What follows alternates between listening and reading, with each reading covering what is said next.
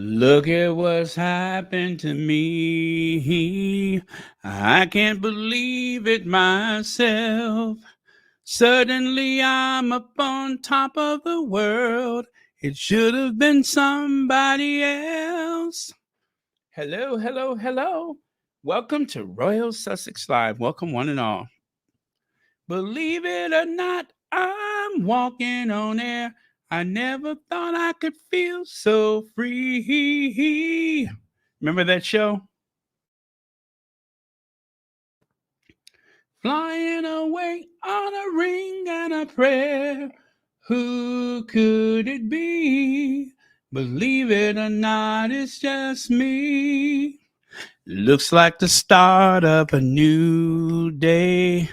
Caught me right out of the blue. Okay, let me see here. Who was here first? Mary H., thank you so much for being here first. And hello to Carol Lunn, Bunny Rose, Lola Love, Lydia Washington. Who else is here? Just the Boss. That's right. None other, just the Boss. Emerald Derrick, Joyce Anderson, Vivian G. Thank you so much. Carolita Simone. Lovely. Thank you for being here. Carlene Beckford. Okay. Hello, Reba Henderson. Anybody know where that song comes from? Anybody? Guys, remember that song? Baby Boomers? Believe it or not, I'm walking on air. I never thought I could feel so free. Flying away on a wing and a prayer. Who could it be?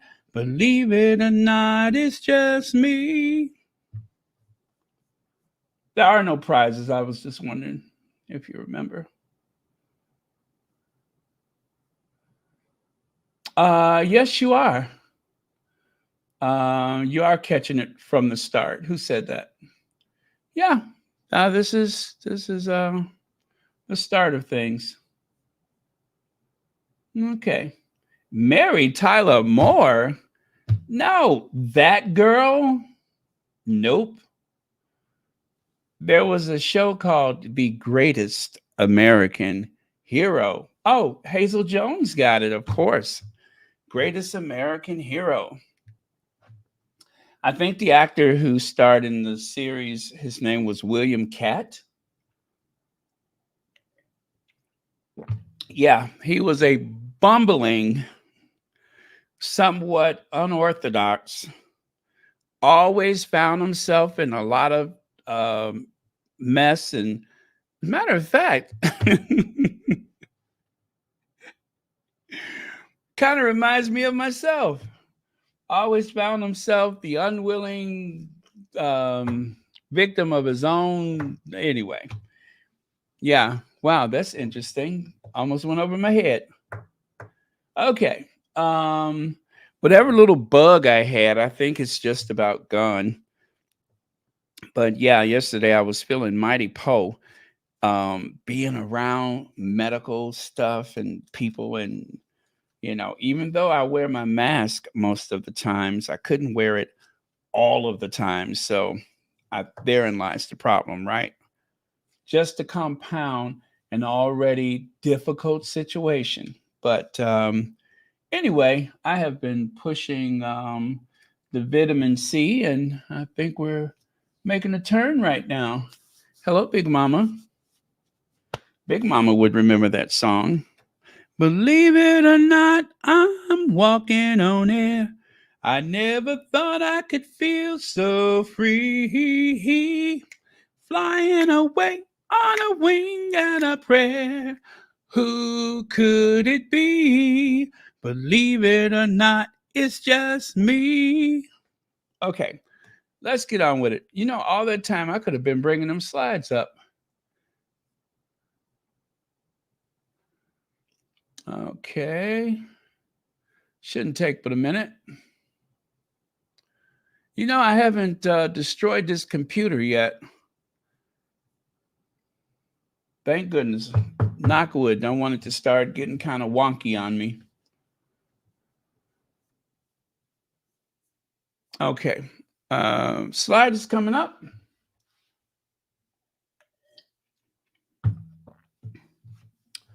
Yes, the greatest American hero. Well, that slowly decaying ventriloquist dummy from the 1940s has made quite the impression on people. It was just so bizarre. When you say the quiet parts out loud, when you say certain things with your full chest, even though, okay, listen, I get it. It was all sensationalism, but still, there are just some things you just don't do. But I believe that the tabloid media, as well as the houses of Windsor, are rather desperate at this point. On the heels of such a great tour of Colombia, they have to, they were plotting during the entire time. I don't think they had, well, okay, Colombia blindsided them. Let me tell you all something that I believe, that I believe. It must have really shook them up. All of the planning that went into that trip to South America, and with all of the mentions of people close to the source, Sussexes, sources close to the Sussexes.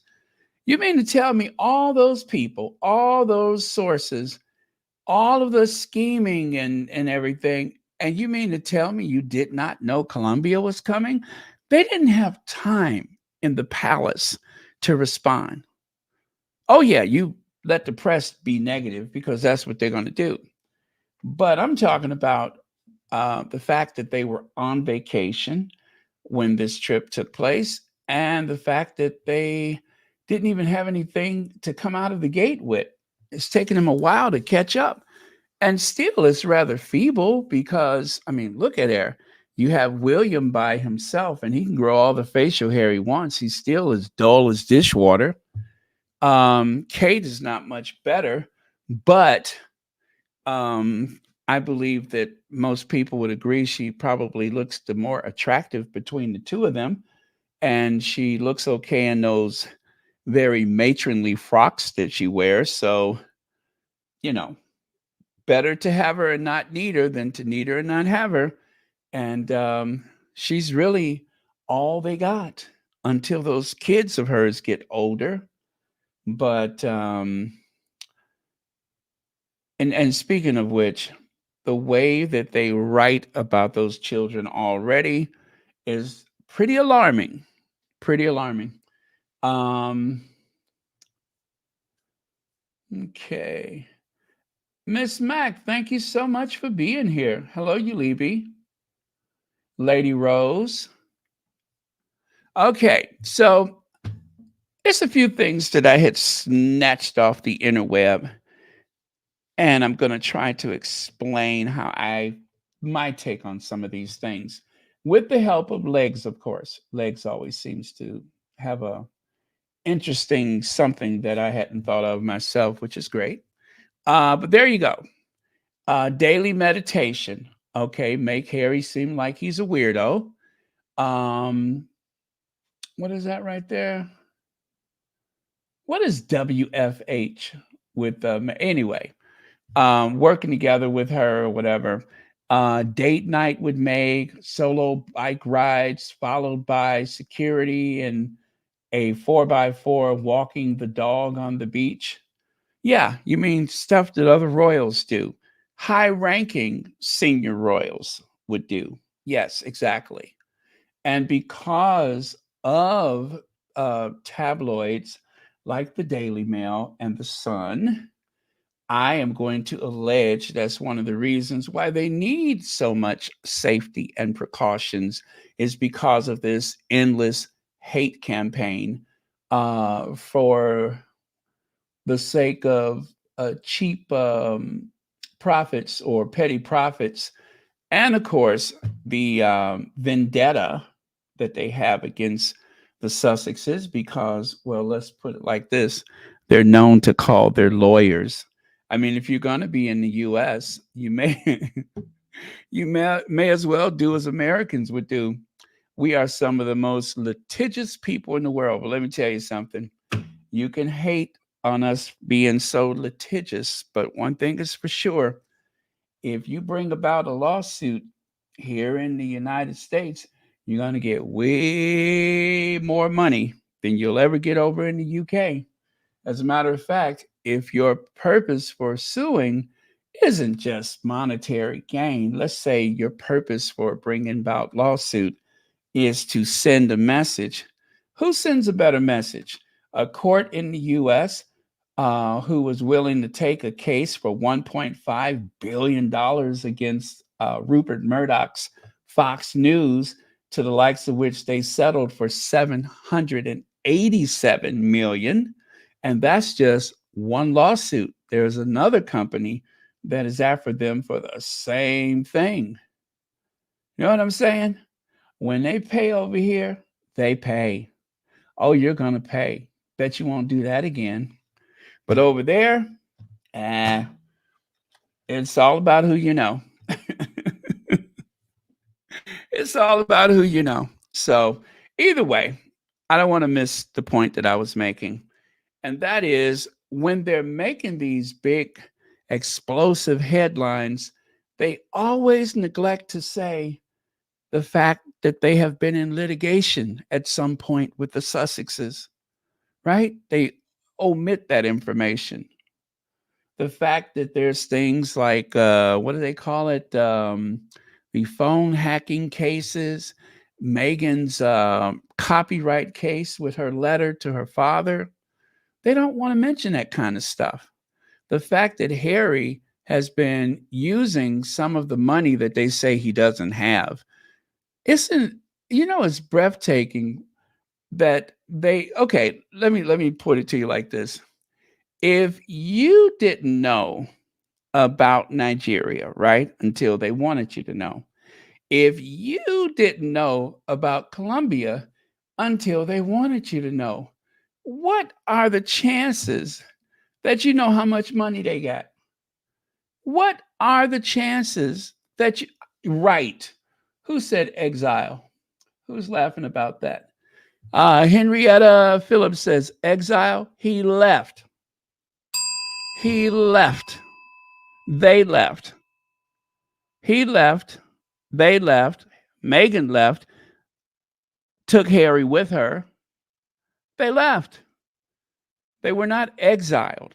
But of course, the negative connotation that goes with the term exile, that's just what they want people to think. And let me ask you all something. Do you think it is helpful to that antiquated institution to let people believe that a member of their own family was pushed out of the nest as opposed to flying away on his own? Because listen, there are more people that believe every word of Spare than there are people who do not believe Spare, including a very distinguished actor, and I'm going to talk about him later, a very distinguished actor who believes everything that was in that book. And let me tell you, too, this point: there's a lot of people, a lot of scholars who were so glad to have a window into the royal household. So there are more people that have studied or written about the royal family that appreciate Harry's opening to the workings of that family, right? There are more people who are appreciative of that because a lot of this stuff they had never heard before. If you have not read Spare, or if you haven't listened to it on tape, you are doing yourself a disservice. By now, you should have. Don't assume because you're listening to myself and other content creators that you get it. You don't. You got to get the book.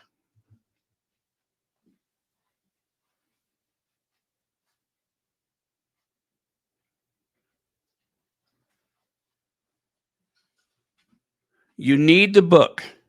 You don't have context if you don't have the book. It's all in the book. And Harry's bringing. I know we haven't heard from her for a while, have we? It's all in there. And Harry is bringing it out right now. Yes, he is. Matter of fact, we need to go to her, don't we? It's a little dated at this point, but that's never stopped me before. Right? That has never stopped me before. You get him, girl. And I love Prince Harry, and Prince Harry should be king.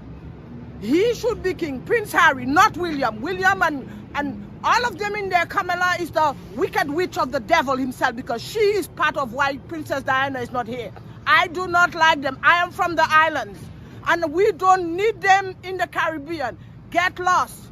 Demolish the monarchy. This is 2023, okay? And I will support Harry 100%. I do feel for him. Yes, I do. And everything in the book is the truth. And Charles is the monster, not Harry. Harry is no monster, not Meghan. He's bringing the story out right now. They are evil people. They are not nice.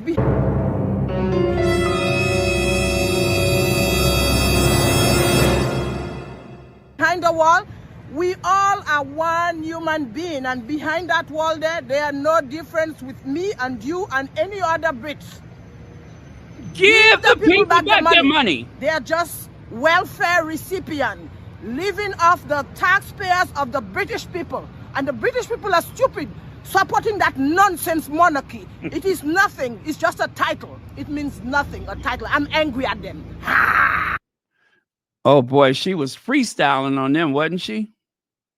She was freestyling. She started busting some rhyme flows and everything. Let me see what we got here. Yes, as someone just mentioned, also Endgame. Endgame, even though it has not been acknowledged by most people because of the very aggressive campaign that they had against the book, it also has quite a bit of very accurate and true information. And in both cases, Harry held back and Omid Scobie held back. Yes, it's all 100% true. Absolutely. And Harry's bringing it out in his book right now. Give the people back their money. And the British people putting up with this nonsense. You know, when she says nonsense, do you know my shoulders started going up? I'm like, got kind of nervous because I thought I had did something wrong. You know, the way she was dressing them down, I kind of started thinking I had messed up or something. So my shoulders started going up like Miss Seeley. Anyway, yes, Endgame is another part of it.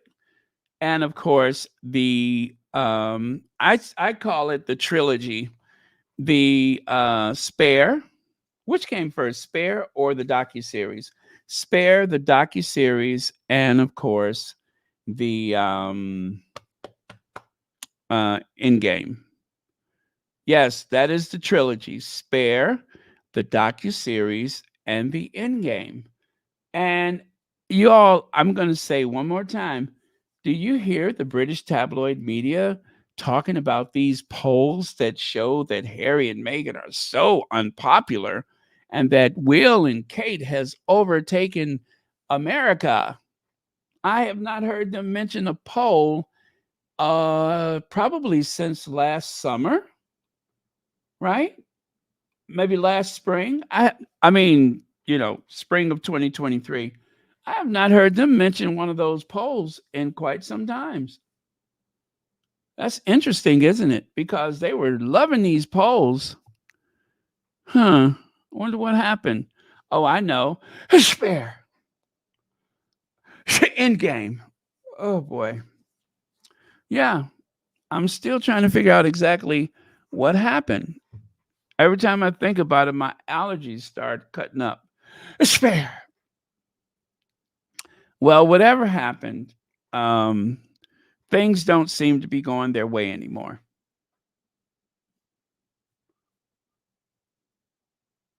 Yeah, exactly. They don't really know them. You know, um, as a matter of fact, let me see if I can find that. Let me find a good example of that. Hmm. Can I find it? Let me see here. Wah wah wah wah wah wah wah wah wah wah wah wah. Ba ba ba ba ba ba ba ba ba ba ba ba da ba ba ba ba boom boom. Okay. I don't see it. Let me try looking one more place. I haven't played that one in quite some time. I wonder if it's even over here. Might have been something I lost on my other PC when it just, well, you know what happened to it.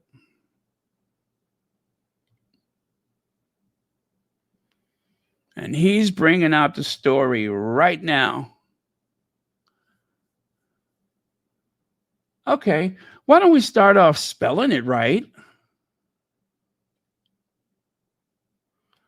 I don't see it. Oh, this stinks on hot ice.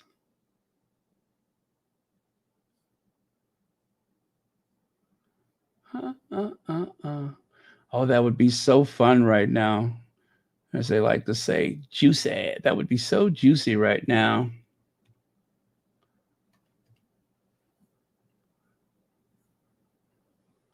Wa da da da da da da da da da da da da da da da.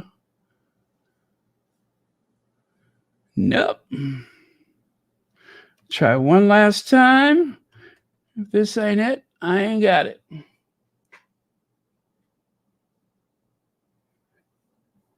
And I don't. Okay, never mind. And I don't. Okay.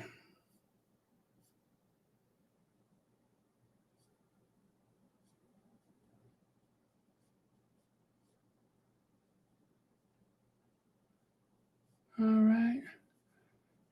Let's see. Shelley LaFour, I saw the docuseries on Netflix and it is a must see. I'm sorry, I also have both books. Me too. Me too. I made sure. I didn't want to miss a thing. Yep. And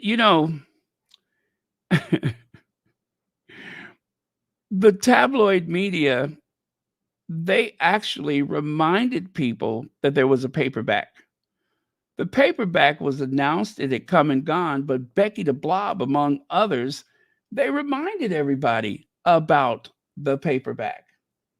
I mean, how many people would have noticed had they not said anything?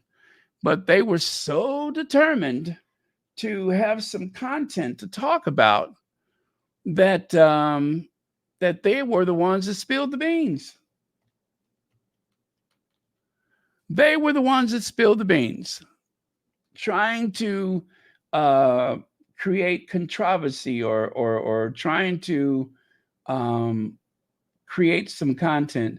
Otherwise, I suspect most people, it probably just was not on their radar.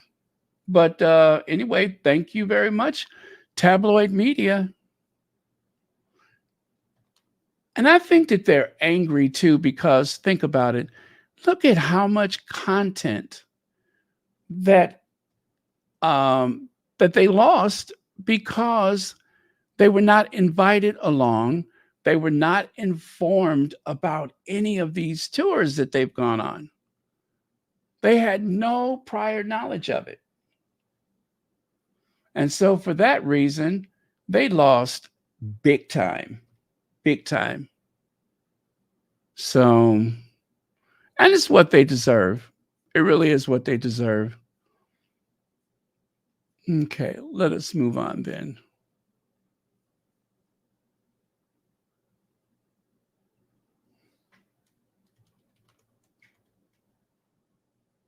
Let me see.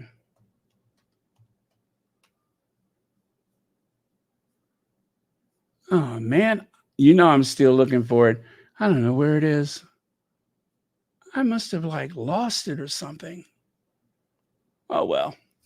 Okay. No matter. No, no, no. I'm through looking.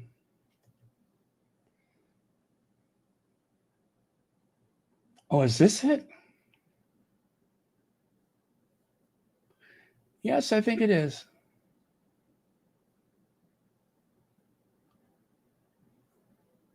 But I don't think it's the one that I can share, so I better not.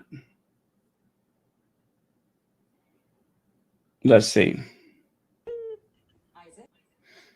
Okay, yeah, that ain't the one I can share.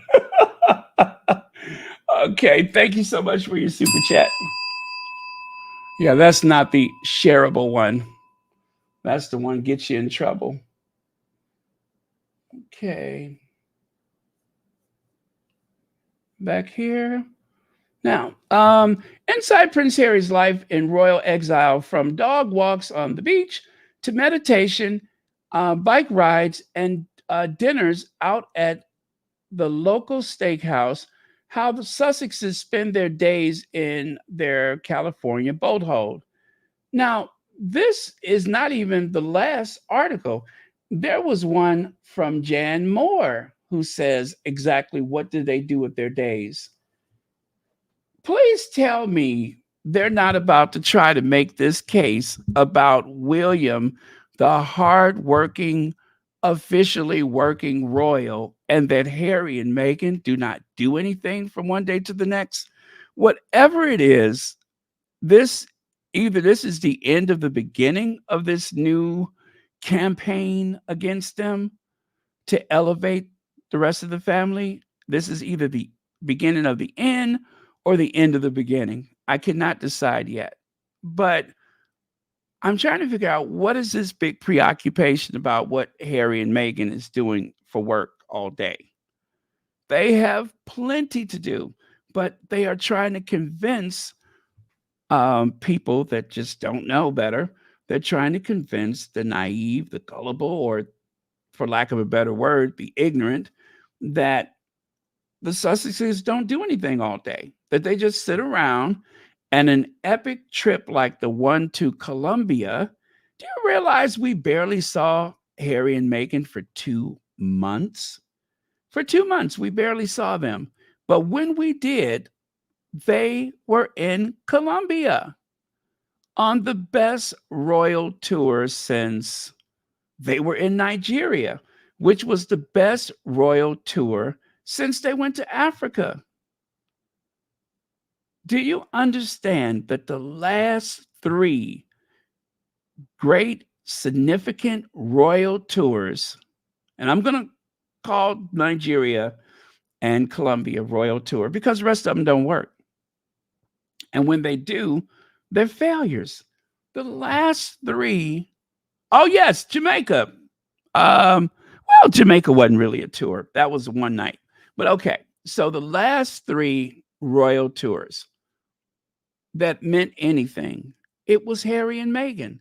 Africa, Nigeria, and Colombia.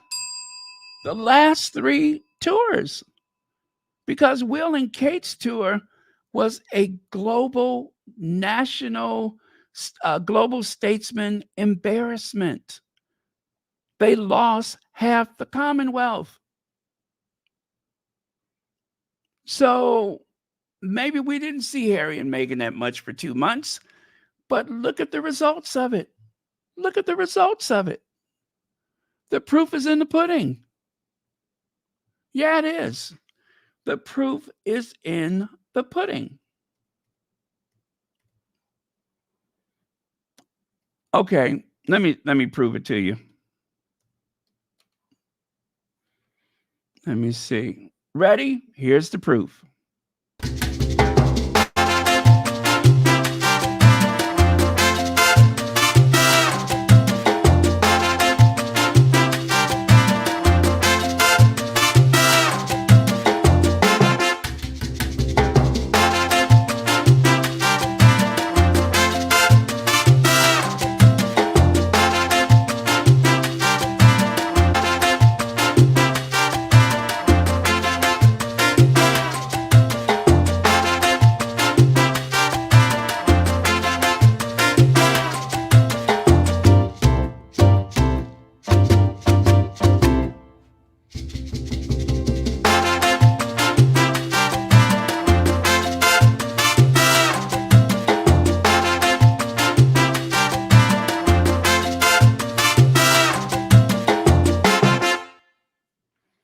Now, compare that to this.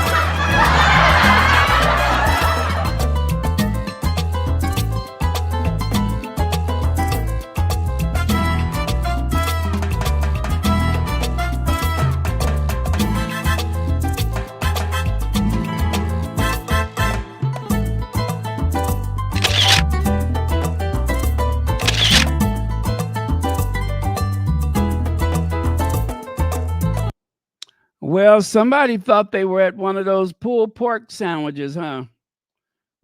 Pulled pork sandwich parties, should I say. Yes, somebody thought they were at one of those pulled pork. Uh, you know what I'm trying to say? I think they were a little bit confused as to where they were, and they let it go with those hips, didn't they? Oh, snake hips. Oh, snake hips, Windsor. At it again. So Prince Harry has no interest in returning to royal duty. It's just that simple. It's just that simple.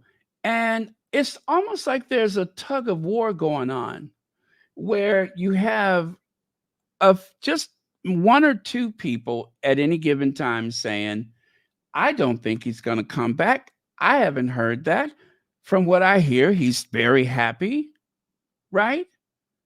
And I think that they're trying to save the monarchy from themselves, meaning that they're trying to stop this William and his co-conspirators with their vendetta, with their pettiness against the Sussexes, using the press and targeting them with leaking and briefing. I think that a few of them may recognize that they are really hurting themselves more than they're hurting Harry and Meghan, because they are exposing the fact that they are some of the most lackluster people that have ever drawn a breath. How does William win over the public into believing that he is charismatic as his brother, that he is as charismatic as his brother? And him walking out with that beard was yet another feeble, pathetic attempt at being approachable, attractive, wanted, needed, edgy, and all those things. Yeah, he's edgy, but not in a good way. He's like edgy in the kind of way where the police usually would go and speak to the husband first, right? He's edgy in that person of interest kind of way. Yeah, that's it. He's very edgy in that person of interest type of way. But other than that, I mean, look at this.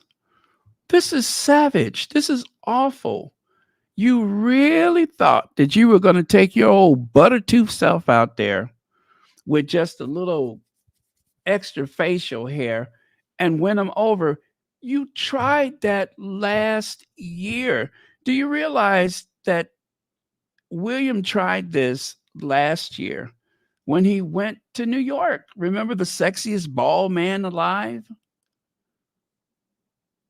He tried that in New York and it was an epic failure. Boston, failure. Um, the Caribbean, of course, that was a failure. Where else did they go? Boston, Caribbean. Oh, and his solo trip to New York, a failure. When he went to New York, Eric Adams, the mayor of the city of New York, who recognizes a head of state like his father, but did not care to even give him the dignity of a photo op. Eric Adams canceled on him. Canceled.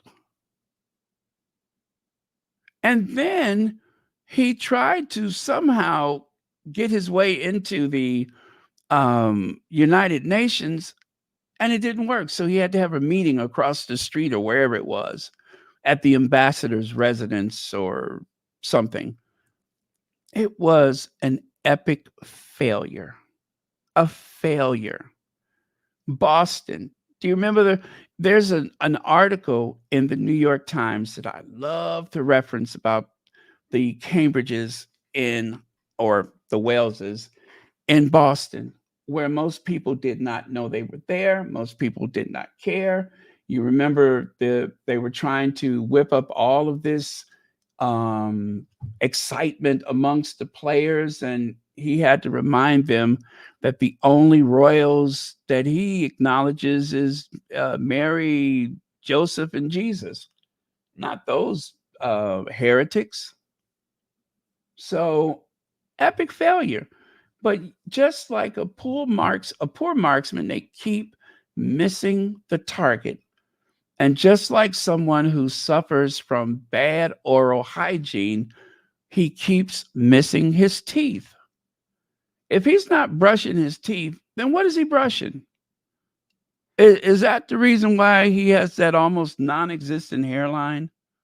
Is that the reason why his hairline starts somewhere down in Ecuador or something?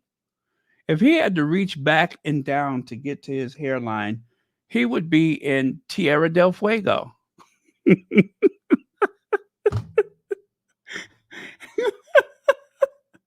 He'd have to reach all the way back and all the way down, bypassing Colombia, bypassing Buenos Aires. He'd be all the way down in Tierra del Fuego trying to find his hairline. It's so far back that you don't even get good reception with your mobile. That's how far south it is. Yeah. By the time he gets to his hairline, he will see like those penguins of Antarctica. That's how far south his hairline has gone. Yep. Sexiest bald man would be The Rock. Okay. Anybody else? If anybody has their choices, but certainly not William. But his people tried the campaign of the sexiest bald man alive. And fast forward an entire year, and he's at it again. This is embarrassing. Who advises him? This megalomaniac, who advises him? Because they are allowing him. And what's his name? Professor Tim Wilson. He said, I blame the people that work at Kensington Palace. And I have to say, Tim Wilson, I disagree with him quite often, but occasionally he gets it right. Occasionally he gets it right.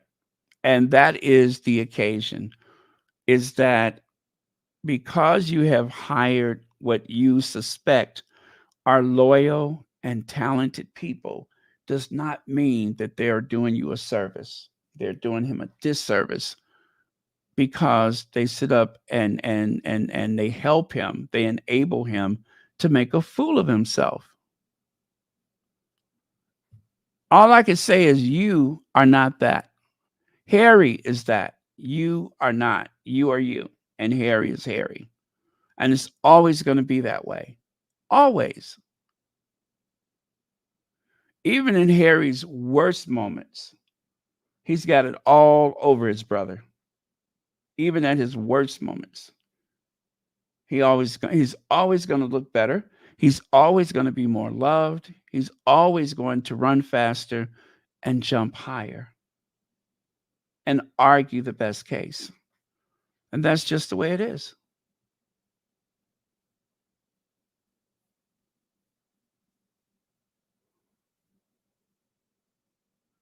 Okay. Oh, I'm sorry. I'm over here. So here's another one that's working my nerves. Meg's in a jam. How many more times y'all gonna say the same thing? Meg's in a jam. I believe the average person, as far as business is concerned, should want to be in that much trouble. The average person should want to be in that much trouble. We are literally sitting here, credit card ready. Whatever it is, if it's paper clips, I cannot get mine fast enough. Whatever it is that Meghan's selling, there is an audience, there is a customer out there, tens of thousands of them waiting. It's not going to be a big, gee, I hope this sells. No, I hope we got enough. I hope we have enough. We're going to have back orders. So it doesn't matter. None of this matters. Not to mention that this whole fuss about this thing, we all know it's clickbait. We all know it's clickbait. And so, right here, Meghan Markle's trademark tweaks were expected, says source. Now, this is from the Vanity Fair. And Vanity Fair, on so many occasions, has been exactly that, fair. And I don't know if the person who has said this is in any way associated with or close to the Sussexes, but it seems as though that someone is sending out a bit of a retort, reminding people that this is all part of the process, but it's playing out publicly, which is giving clicks to the tabloids, but it's also going to bring a lot of interest to whatever it is that the American Riviera Orchard is selling. So it says here, Meghan Markle is going forward with her plans for her new lifestyle brand, American Riviera Orchard, which began sending samples to select influencers earlier this spring, according to a trademark filing. The process is still ongoing with representatives at the U.S. Patent Office, U.S. Patent and Trademark Offices, objecting to a few aspects of the name and the previous application's description of the brand's calligraphy logo. Really? It's down to a logo, the calligraphy, something as, I guess, suggestive as calligraphy. I mean, calligraphy is an art form, not a science. It's not like it's a formula. But okay, let's say that they have their specifications. I respect that. But eventually we'll get there. We'll get there. Okay. Despite reports claiming otherwise, the news doesn't necessarily represent a setback for the brand, which is reportedly preparing for a wider launch later this year. A source close to the Duchess, just in time for Christmas. I can't wait. I cannot wait. A source close to the Duchess said that the process is still ongoing. American Riviera Orchard, as part of an ongoing trademark application, has received several office actions. They told Vanity Fair these are routine and expected when filing for trademarks. I can barely see this thing. Here, let me do this just in case I don't. There we go. Now you can see it too. According to the Daily Mail, Marco's legal representation has already gone through 2 rounds of back and forth about the logo's name and the company intended products in a non-final action documents. The PTO's, is that the patent office, mentions trademark law related to the patent of graphic location, and the wording of other aspects of the application. You know what's so interesting though? This is kind of funny. Did you notice that when I did a screenshot, it also included this white chair? Do you guys remember the white chairs? I didn't do that on purpose. That just happened to have been there when I snapped the screenshot. But in this situation, guess what? Kind of works, doesn't it? I'm going to say that it works. It's perfect timing. Absolutely perfect timing.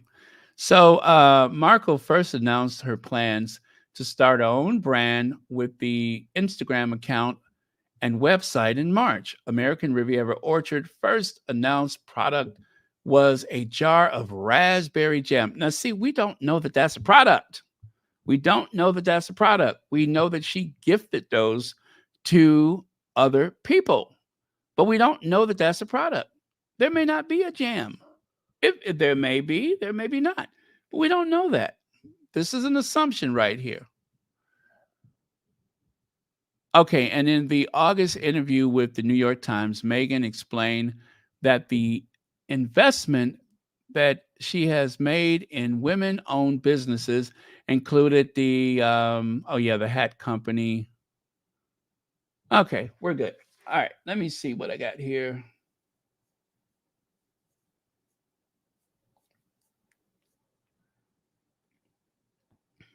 Golfing Mom 68 says, member for 30 months. Thanks, Baron, for all the laughs and great podcasts.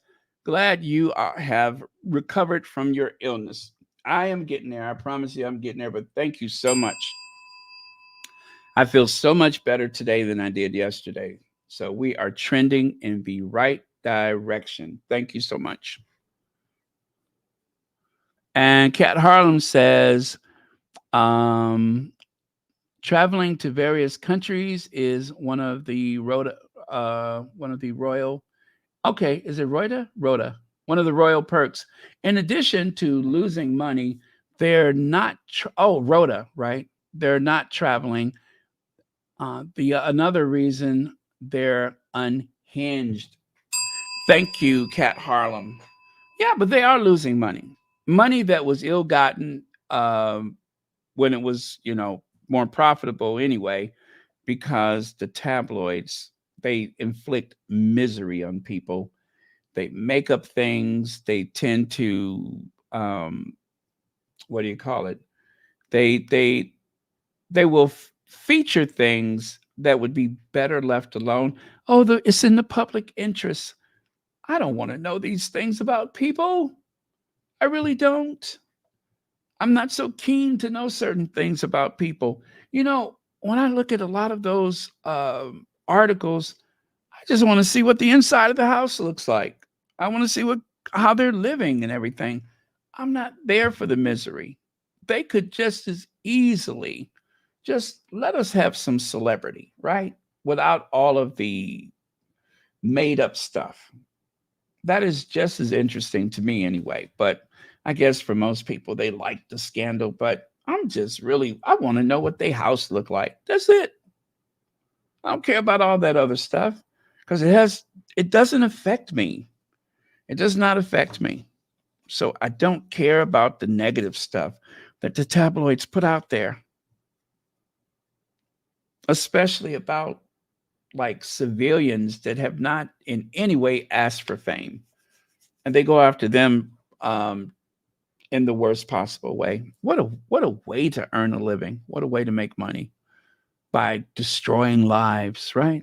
Thank you for being a member, Kat Harlem, and thank you for the super chat. Okay. This is what I was waiting for. Leg says, don't know why it bothers me, but I want to know who leaked Harry and Meghan were dating. Which member saw Harry happy and wanted to squash his happiness? Cal Miller? Baltimore? Thank you, Legs. Okay, now at that time, I was not paying attention. I didn't know about anything until there was an announcement of an engagement. But it is a good question because it was the trend from that time. The trend was to leak and brief. And I believe at that time, Harry, I wonder, you know what? I'm going to ask a question, Legs. I wonder at what point did Harry realize that despite the promises that his family made, that they were in no way going to ensure or even attempt to ensure Harry's happiness and, of course, Meghan's happiness, because Harry thought for certain that his family was going to be on his side. It's not going to be like with my mother, right? It's not going to be like with my mother. William put his foot down and said, "Oh, you can't take pictures of my wife's flapjacks. You can't plaster my wife's you can't you can't plaster those images of my wife's mosquito bites all over your tawdry magazines. I won't hear of it. You hear me? I'm going to contact my lawyers, right?" So William put his foot down and sued that magazine for putting those little um, flapjacks on the magazine cover. I was rather disappointed by the time I saw it. I'm just like, I don't see nothing. Looks like they got mosquitoes, but I don't see nothing. But anyway, somebody somebody posted those griddle cakes in a French magazine, and William got all caught up in his feelings and sued and won too. And of course, as I said before, if the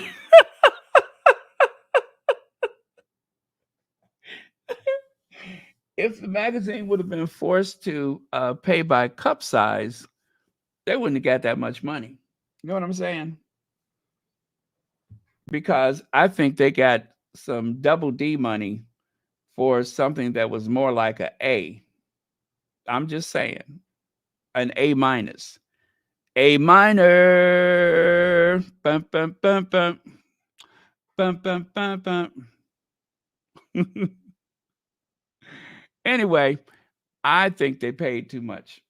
I think they should have asked for a, what do you call it? A an appeal. They should have appealed that because there wasn't much to take in or to see or whatever. So uh,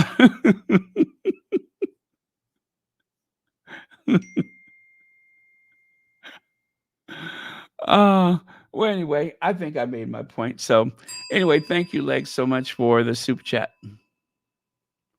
Now, here's a reminder: Meghan Markle is a dolphin, not a shark. At least when it comes to investing, the latest addition to her portfolio, the handbag brand Chester Collection. Okay?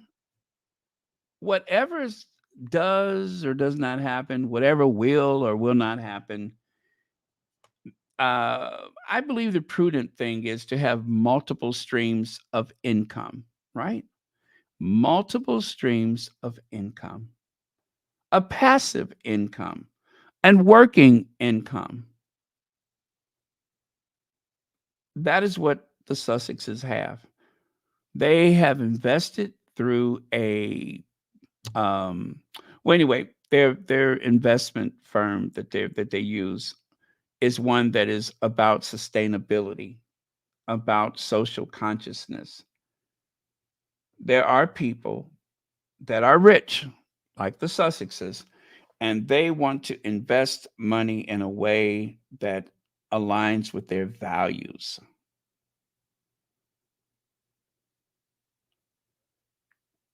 So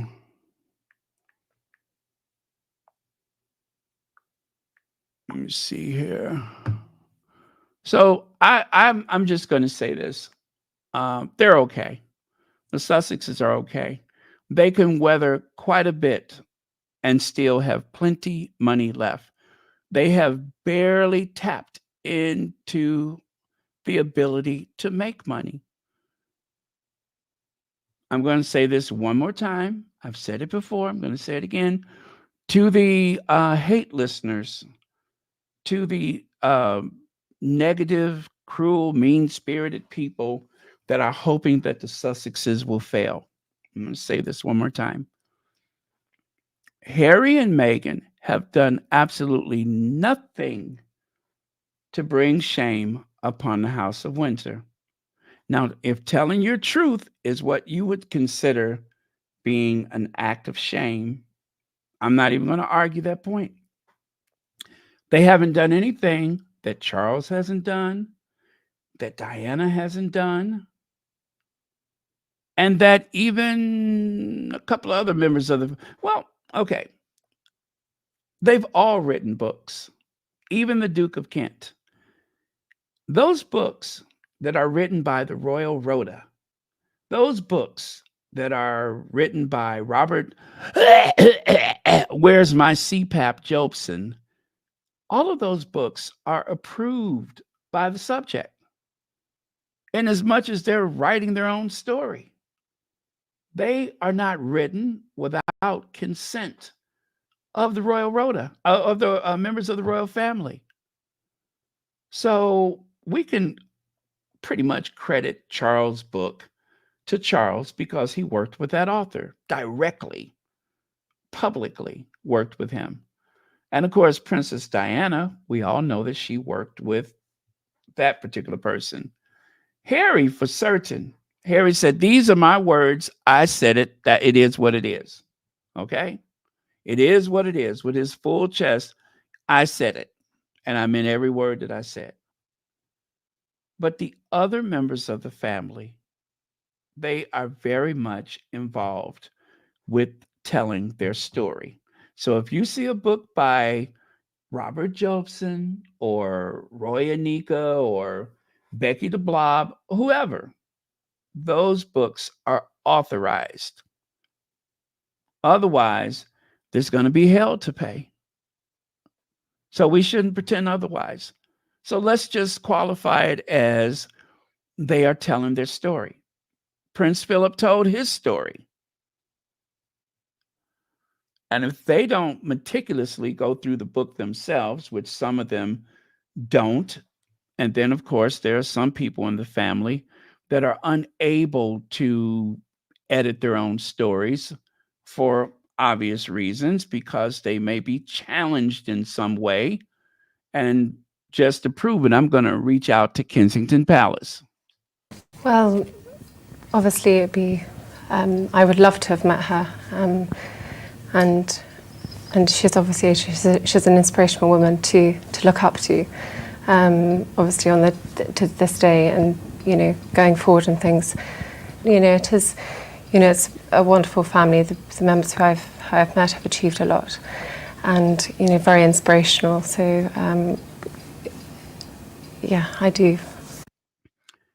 I get the feeling she didn't edit her own book. I get the feeling that she didn't. She just, I trust you. I trust you. And then, of course, this really needs to be updated. I think this is just a little bit behind. But while everybody's asking, oh, what does Harry and Meghan do all day? What does Harry do all day? This is what he does. Travelist, that's in New York. He's going to go and catch up on the Travelers. He's going to do the Archwell. That's part of it. Let me see what else. Is there any part of it that's Invictus? I don't remember. But anyway, I know there's 5 things and maybe 6 if you throw in the Clinton Global Initiative. He's got plenty of work ahead of him. He works. Senta Ballet. And so on and so forth. Meghan works. They're also producing a movie. These are Hollywood producers. They have the lake house. Meghan has her luxury, whatever, house, you know what I mean. her lifestyle show coming up. Plus, she is launching products. I'm trying to remember what product someone was selling, and they said that it was a 10-year process, a 10-year process to get their products off the ground. That is not unusual. And if it takes 10 years, which it won't, but if it took 10 years, it takes 10 years. If it takes 5, if it takes 2, it doesn't matter. They're still doing stuff. Meghan has invested in women-owned businesses. And while they're trying to put her down, you don't hear them mention Clever Blend. You're not going to hear them mention this hat company again. They're not going to do anything to uplift. The job of the tabloid media is to tear down and undermine.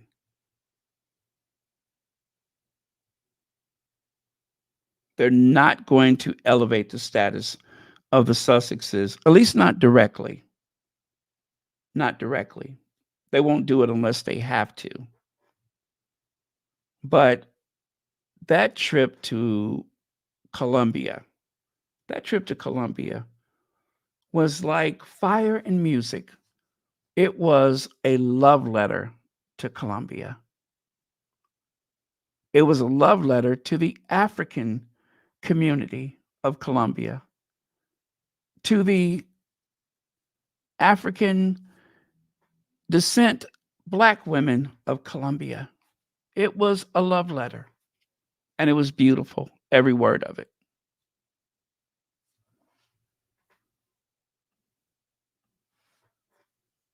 I mean, look at the light. Look at the light in their faces, and that of the people around them. Epic, epic. It was a beautiful thing. Prince William and Kate just won't measure up to their high standards set by the Queen, says Carol Malone. Carol Malone. And by the way, thank you to the squatty that found these. The coverage of the royals' trip to India and Bhutan has shown them wanting in their interest department, says the columnist. This was back in 2016. This is how they used to write about Tweedledee and Tweedledum.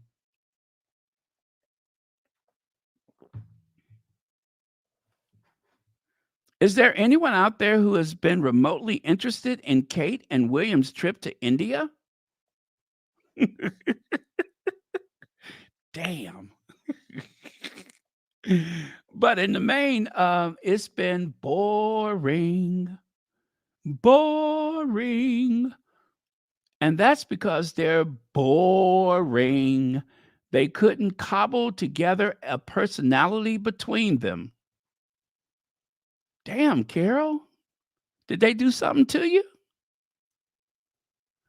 You don't hear people talk about Harry and Meghan like that. You never have, and you never will. We all know he really doesn't want to be there, but is under instruction from the palace to pull his finger out and look interested. Oh, that sounds weird. To pull his finger out and look interested. Yeah, he's interested, all right.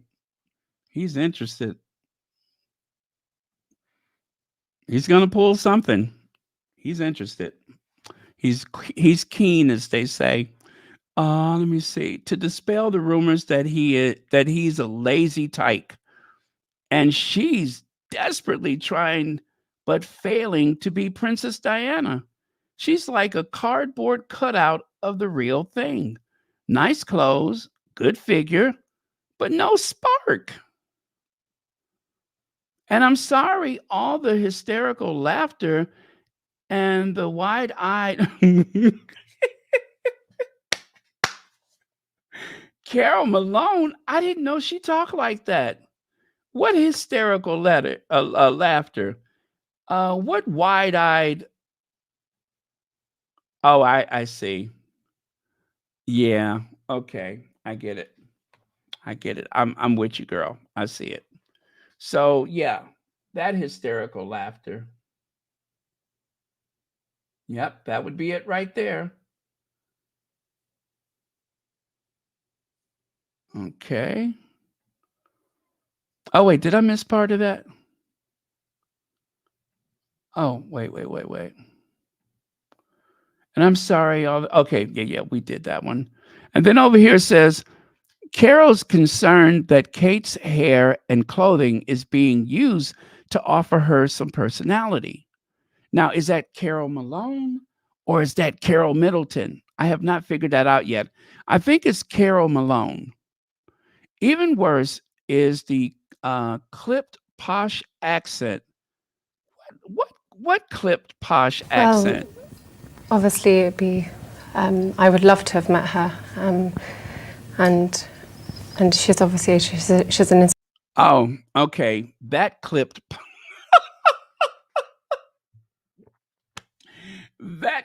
posh accent. Okay, that's the one. Sorry, I had lost track for a second there, but I understand that clipped posh accent. Well,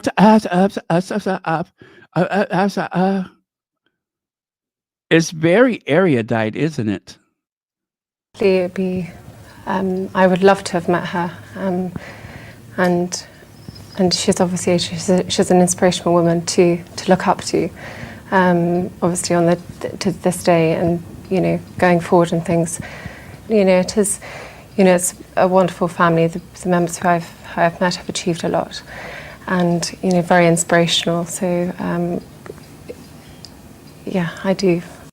Now, I'm sure there might be someone out there that says, given the situation right now, isn't this rather cruel to point out these shortcomings like that?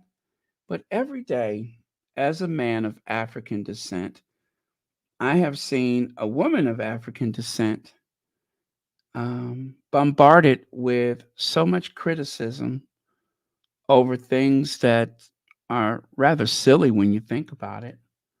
And whether she's heavily pregnant with child, whether she's struggling, whether she has received threats that we know nothing about, the contempt for her continues from the tabloid media and even members of her family and the royal family. And what's even worse, members of her family seems to have been encouraged by someone within the royal household, right? Via their aide or secretary, if you understand what I'm saying. It was encouraged.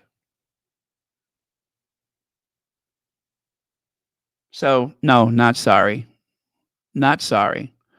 You know how they say sorry, but not sorry? Just not sorry. You take the most mediocre person, the most unskilled person, and try to elevate them to the status of a heavyweight. And that's what the Duchess is. The Duchess is a heavyweight, knowledgeable, considerate, loving, beautiful, all of those things. The stuff of dreams. Now, I'll say, you know, for the other one, they have some attributes which I'm sure are vital and necessary to fulfill the mission, but some things they don't have. And I can't help but think the reason why there has been problems since December the 28th and even before that is because they're trying to make that person someone that they're just not and never will be. And now she's disappeared. They have tucked her away somewhere, told her, okay, you don't have to do anything.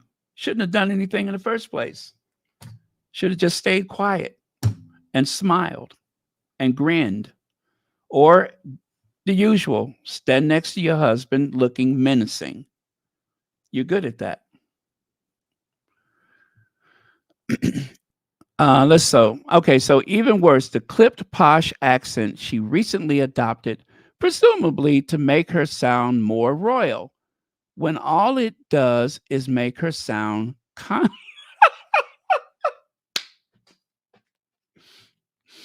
when all it does is make her sound constipated. This is Carol Malone, you guys. Carol Malone. Carol Malone, who said that Charles isn't sick, right? That Carol Malone.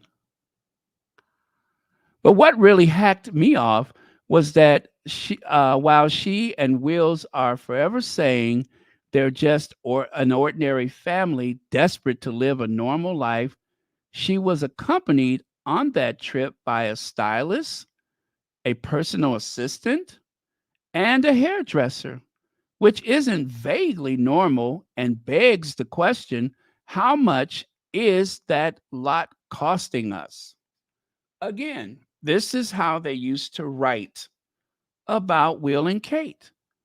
And if you are new to this whole idea of working royals, non working royals, or whatever, still this has to be shocking. You have to be shocked by the candor that they were capable of when discussing those two misguided individuals.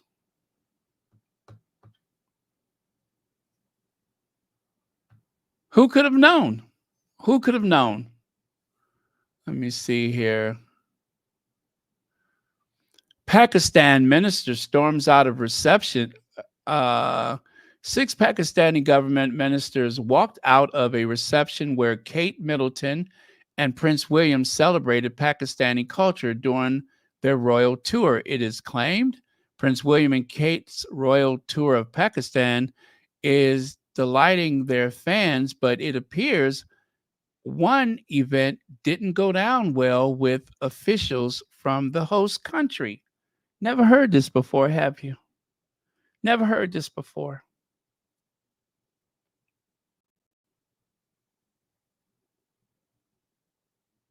Wow. Oh, there's one from Russell Myers.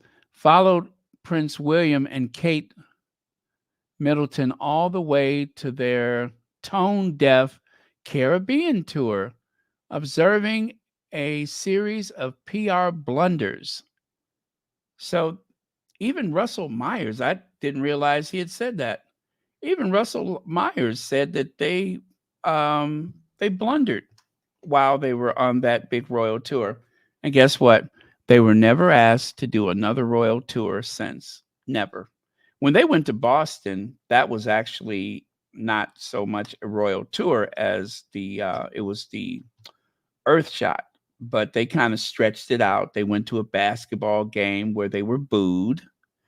And remember when they had a pastor at the it was a lady pastor, and she began to call them out about slavery and colonization, and it was just it was a moment. I'll just say it was a moment.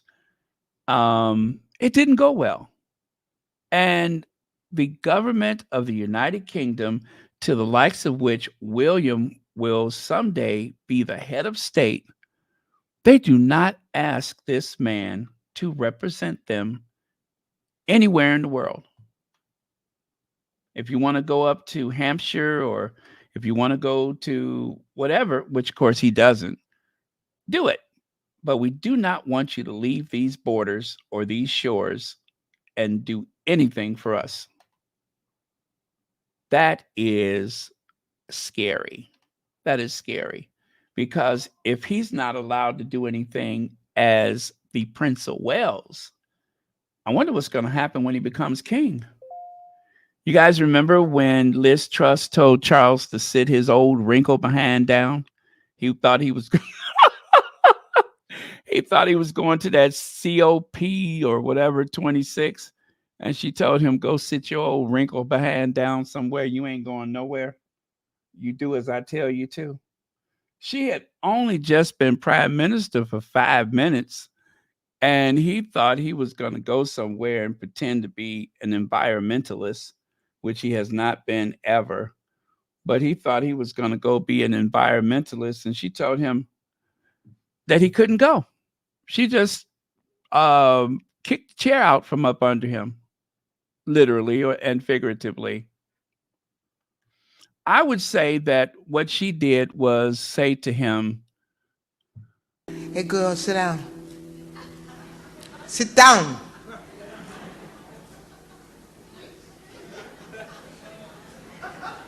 Sit down."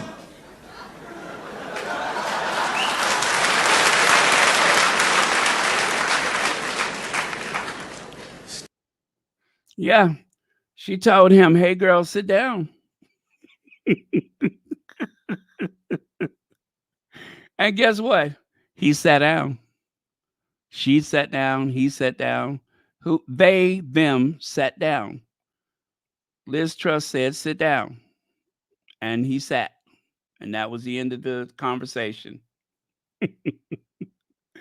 Poor Charles, he can't catch a break, can he? Instead, the couple dazzled the U.S. Like a pair of damp squibs submerged in a bucket of cringe. Now, I think that came from Jan Moore. That sounds like Jan Moore. This is them at that basketball game where they were booed. They were trying to whip the crowd up into a frenzy. Have you seen the Royals? Did you see the Royals? Nobody cared. But remember, they're more popular than Harry and Meghan. They're more popular than Harry and Meghan. Don't forget that. All day long, they are the most popular royals in these United States. But in the main, it's been boring. And that's because they're boring. They couldn't cobble together a personality between them. We all know he really does. Okay, so I actually put that twice. Yep, now I realize I did put that twice. They could not cobble a personality between the two of them.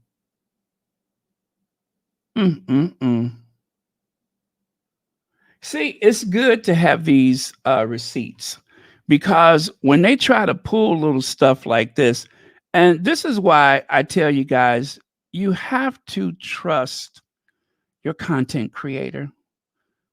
Why are we talking about this? Why are we talking about this? Because I want people who don't know about this. You know, we talk about this and this so that people who don't know about this and this can know about it because it's new to some people. You may know it, but it's new to some people. And for the hate watchers, I want their heads pounding with pain right now because I'm saying publicly what has been mostly forgotten about. Yeah, I want them to have that headache. Let's see, got a PayPal from, I won't say the name, but JV. Thank you very much for the PayPal. And thank you for being here with us tonight. Let me see. Now, I've been having trouble opening up the comments for PayPal since they have changed the thing. Let's see if I can do it this time.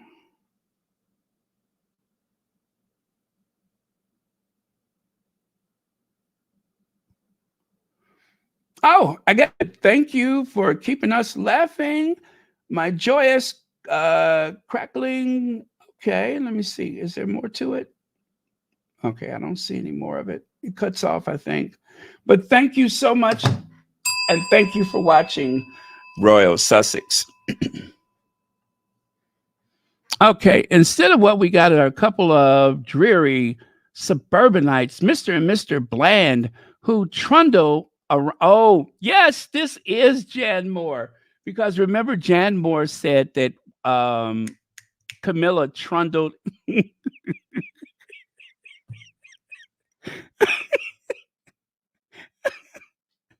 Remember, Jan Moore said Camilla trundled into the Westminster Abbey. I know this is Jan Moore. Mr. and Mrs. Bland, who trundled around the world in Mumsy's dresses and Dad's trousers, saying not very much at all. Now, see, that's not fair. That's not fair. You cannot say that they didn't say very much at all. As a matter of fact, I would love to have met. yeah, see there? It's not like they didn't say anything. Um, so terrified, our low impact Cambridges. I cause it even a hint of controversy. They make a point of not uttering anything within 10 miles of that town called mildly interesting. Lord. Ooh, that stings, doesn't it? Right? That's a burn. Ooh, you feel that? Okay, wet your index finger and then stick it out and touch that article. See there? I just burned my finger. Oh, yes, that is a burn.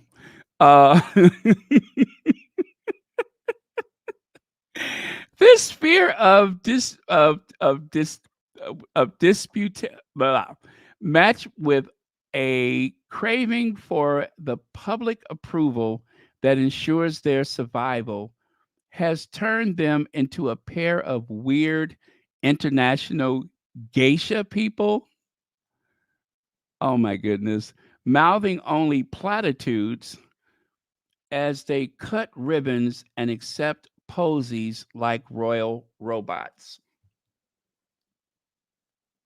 Again, thank you to the squatty who has been doing some digging and found this.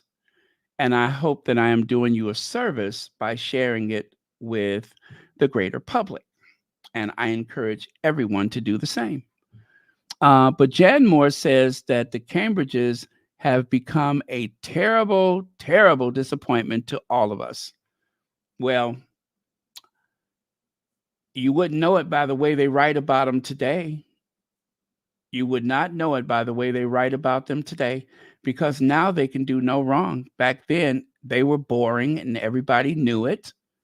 This is a basketball game in 2016. And from 2016 to, let me see. Wait a minute. Oh, that's okay. No, this is a 2016. You know what? I thought this photo was from the Boston game, but it couldn't be because look at how much hair William has, right? Boston was what, 2022, something like that. So this was back in 2016. Wow, still boring. Boring. Now, high-profile figures quitting the Sussex's employ have included Meghan's personal assistant, Melissa Tabloids, in 2018, shortly after their wedding. Okay, that's a lie because she was only hired to get Meghan through the wedding. And then after that, she was done.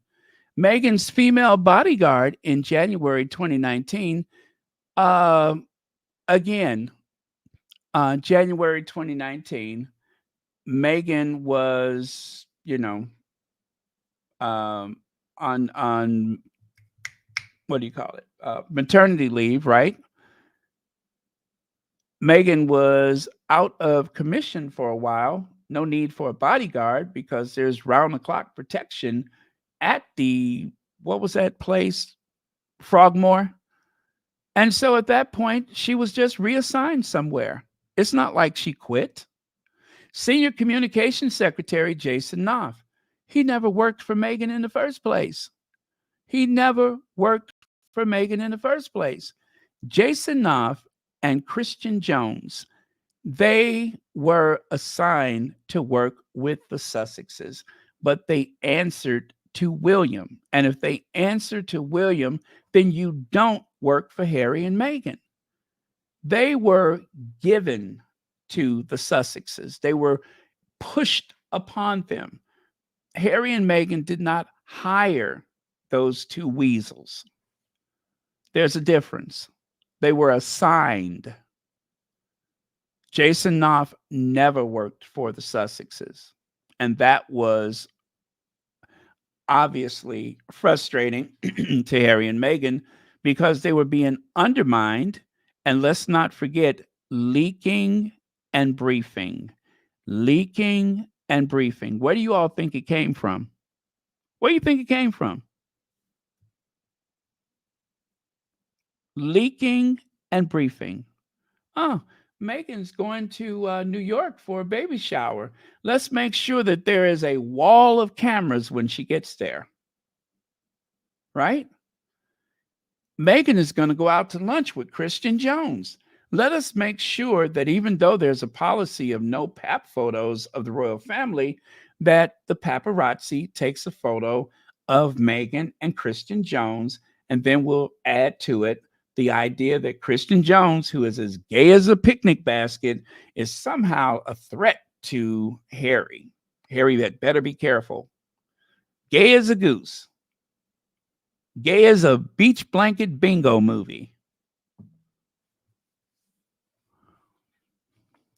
Senior Communications Secretary Jason Knopf in March of 2019. March of 2019. Well, I guess he had done all the damage he could do. So no reason for him to keep working with them. And then, of course, Queen Elizabeth's former aide and Meghan's private secretary. Let me show you who Samantha Cohen is, just in case you don't know. Samantha, the Panther, as they call her. See, private secretary Samantha Cohen. Again, that was not anyone that Meghan hired. The Queen asked her to go and keep an eye on Meghan. Now, I'm willing to wager you the Queen, I just don't believe Queen Elizabeth was working to undermine Harry and Meghan. But I believe that there were too many other people that were more than ready to do it.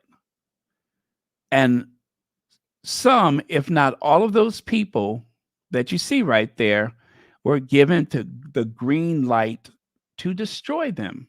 Do whatever you will, whatever brings them down. They didn't stand a chance. They did not stand a chance. And as I said the other day, you consider the celebrity of Harry and Meghan, the success of these royal tours, even with all of these people working against them, and compare that to Will and Kate in Jamaica, Will and Kate in New York, Kate in Denmark, William in New York, Kate in Denmark, and Will and Kate in Boston. Compare any of those things and the epic failure. The only thing that happened was people laughed at them. They laughed at them. Every turn, there was a huge laughable moment. So instead of having these people targeting your brother and your sister-in-law, what if you had them actually trying to help you? Wouldn't that work out better? What if they helped you instead of targeting them? Isn't it incredible that since Harry and Meghan has left, they've had 2 very successful tours without the resources of the royal family, and they were epic. I didn't even mention Canada. I didn't even mention, all of the Invictus stuff. I didn't even mention that. Canada, Dusseldorf, The Hague, all of which were incredibly successful. Away from this institution. They don't need them. They don't need them. They got this figured out.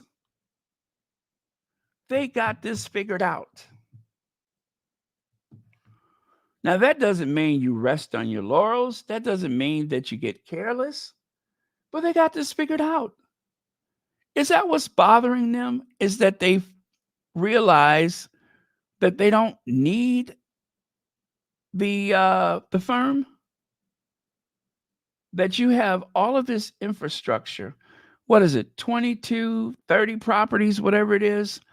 A staff of security, butchers, bakers, and candlestick makers, all of that to help things run like a tight ship, right?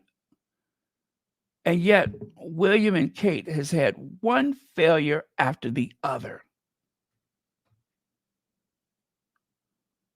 Make that make sense.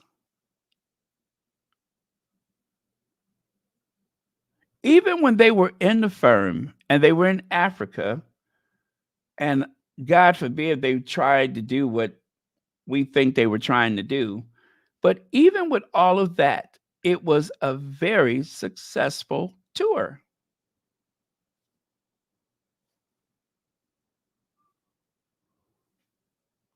There's Samantha Cohen.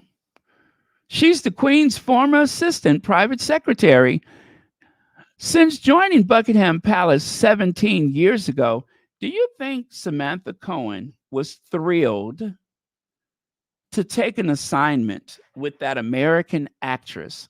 Look at that shady broad sitting behind Meghan. Look at her. Shady. Do you think that she thought it was a real honor to help that American actress get settled? The Queen trusted her. That was a mistake.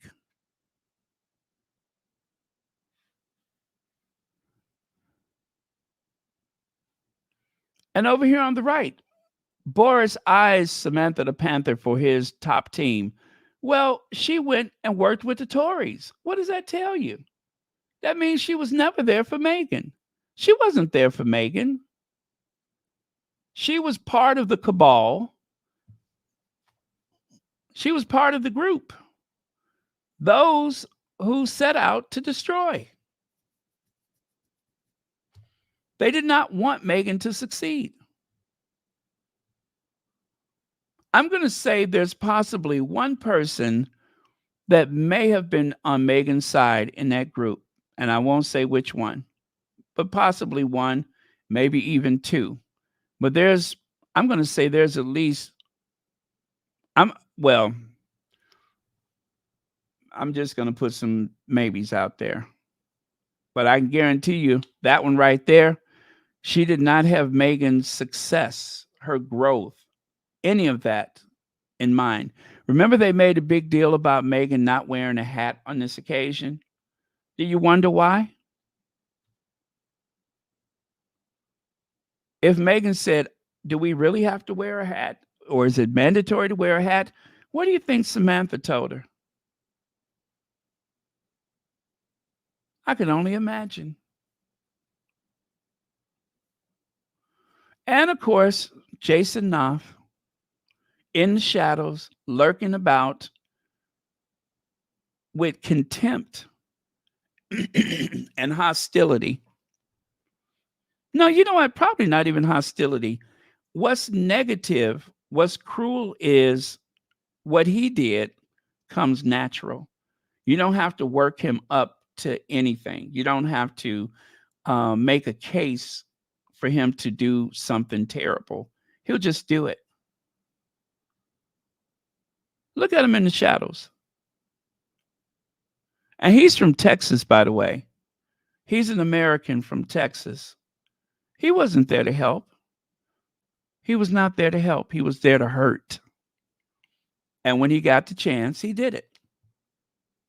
Even lied and said he co-authored the letter that Meghan wrote to her father. Do you think Meghan needs that weirdo to co-author a letter for her? Does Meghan need anybody to co-author a letter? Now, there's a member of the family that probably needs help when it comes to writing things. And she's obviously she's an inspirational woman to look up to. obviously on to this day, and going forward and things. It is, it's a wonderful family. The members who I've. But it's not Meghan. I can guarantee you it ain't Meghan. If you want to help somebody who needs help. A lot, and very. It's not Meghan.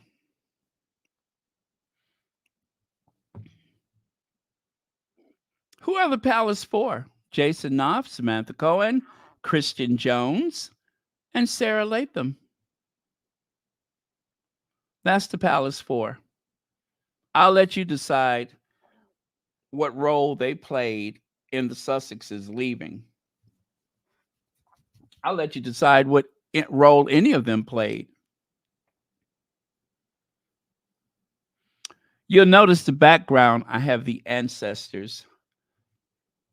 I'm doing that for a reason.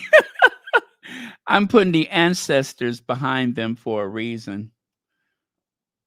Just for a reason. I won't say what the reason is, but if there's some people out there that need the ancestors to deal with them, I would say it's those people that you see right there. So I've decided to put the ancestors with them.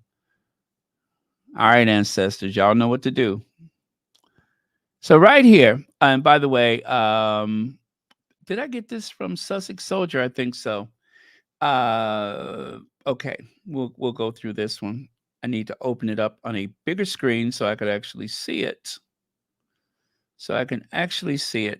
Gosh, I miss working. You guys don't know how frustrated I was. I'm like, they're going after my faves, and I got it. I got something to say about it. The complicit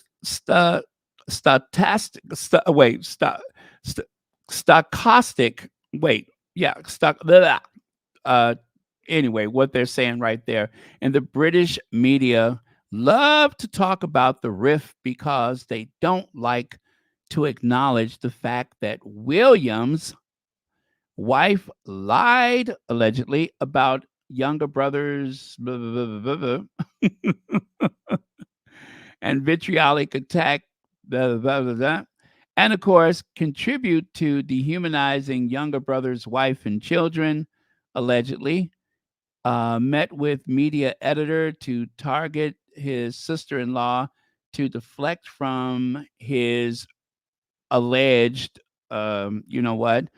and what else? Weekly dictates his agenda, sent his foot soldiers to support toxic. All of this is alleged, by the way. Physically attacked his younger brother. I'm sure of that one. I'm not going to say that's alleged. Lied about his younger brother being his younger brother's wife being a bully. Well, we know how that happened. They were afraid of what was going to come out in the Oprah interview. And took a payment from the son, the old invisible contract. He didn't want Harry to get any money. He didn't even mention to Harry that he was going to settle with the enemy, but he did. Let me see. Oh, yeah. They alleged that he advocated for Harry to be stripped of his security. Media friends that are trying to help him destroy his younger brother. I believe that. Left his younger brother, by the way, all this is alleged, left his younger brother to get a flight. Yes, that one is not alleged. That's true. He didn't help Harry get up to Balmoral when the Queen was dying. And of course, and you know what was so cruel about that? So what was so insidious about that is the fact that for a good, 28, 48 hours, they were bashing Harry in the press about the fact he didn't make it there before the Queen died, when the truth is none of them were there. The only one that I'm sure was there was Princess Anne. I don't even think Charles was there. And the person who set the record straight about that was Omid Scobie. Omid Scobie among others. I think there were others, but Omid Scobie was the most public one that I know of who laid out the timetable and made it very clear that none of them were there. I remember one day I said, well, I like to check and see if Omid Scobie is talking about it because that means it's probably accurate. Probably accurate. Oh, I wouldn't listen to Omid Scobie. So, and then what happened? Omid Scobie comes out with that book, which has caused his life to be threatened. His family has been threatened. Got to try not to be so reactive. Give people a chance to show their realness. I think by now we can assume what side he comes down on. Yes, he's still a reporter, but at a time when Harry was being publicly eviscerated in the press for not being there, Omid Scobie made it very clear none of them were there. Do you think that they looked at that and said, oh, Omid? No, he was threatened. They were stalking his family. He's had to pay a price. Not as much as the Sussexes, but he's had to pay a price too. I'm just saying. A little food for thought. And let me see. Left his younger brother. Okay. Concerns about how dark the baby's skin color. I still believe it was William. Conspires with the father to destroy younger brother. I don't know if they're in cahoots together. I could see him conspiring with Camilla, though. If Charles is going to do something shady, he's going to do it on his own, not with William. Is in one-sided battle with his brother. Yeah, that's accurate. Everything his younger brother does, then he tries to copy him. Yeah. That is true. That is true.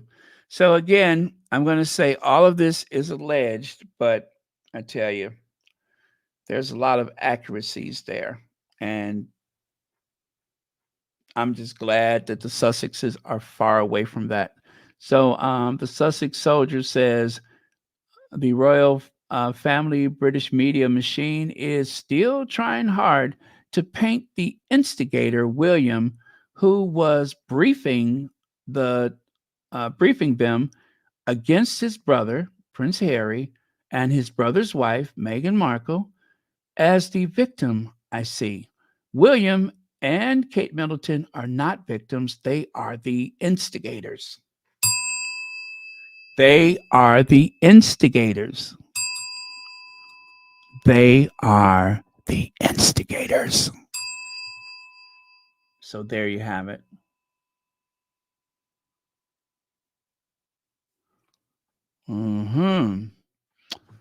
My God, I can't wait until the papers can talk about Prince William freely. I can't wait until the papers can talk about Prince William freely. Now, that was, what's the date of that? That looks like May of 2021. Now, I think since then, this tweet has been either removed or I think he backtracked on it some kind of way. But he said the quiet part out loud. I wish we could tell the truth about William, because there is quite a bit of truth there. There's so much that is not mentioned. We've all speculated about it, but there's so much that is not mentioned. And I suspect that some of it has to do with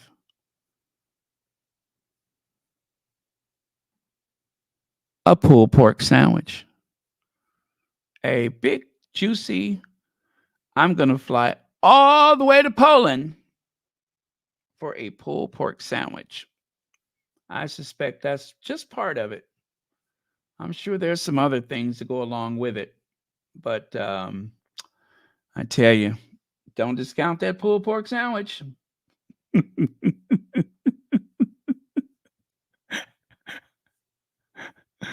What could I say? I'm back.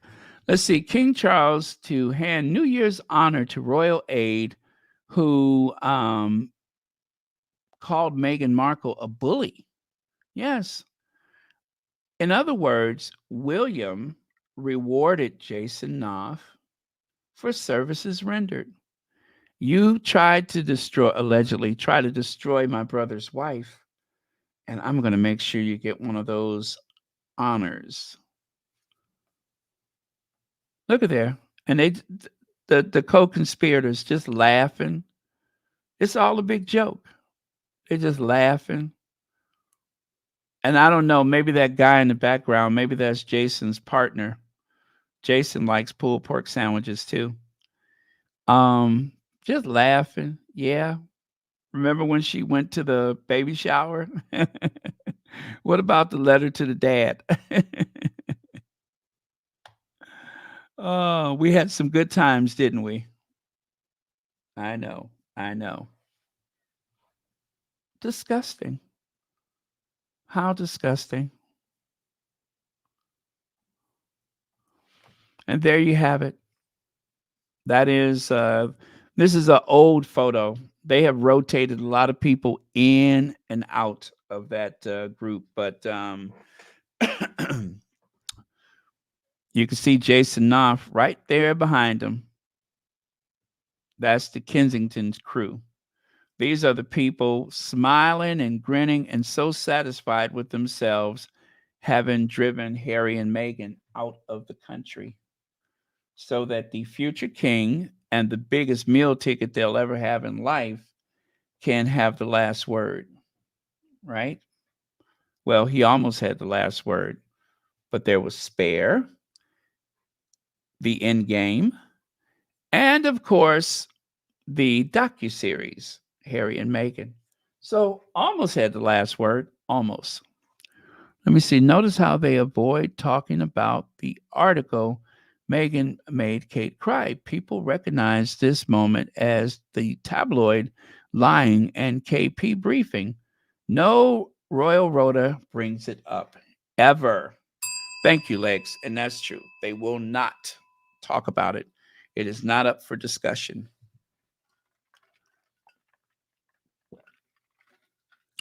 It is one of the many things that is very poignant and germane, and they will not mention it. So thank you so much for the super chat. Prince William and Kate Middleton are hiring at Kensington Palace, but the candidate needs to be tech savvy. Job is based on Kensington Palace in central London, but travel is required. Well, they need someone to help them plot and scheme, I guess. They need someone new to help them leak and brief and plot and scheme. Leak and brief and plot and scheme. And this is the let me fix that. Okay. Okay, I'll never be able to see that. That is La Petite lettering. La Petite, poquito. Okay, maybe. Let me check this out. I got a bigger screen here.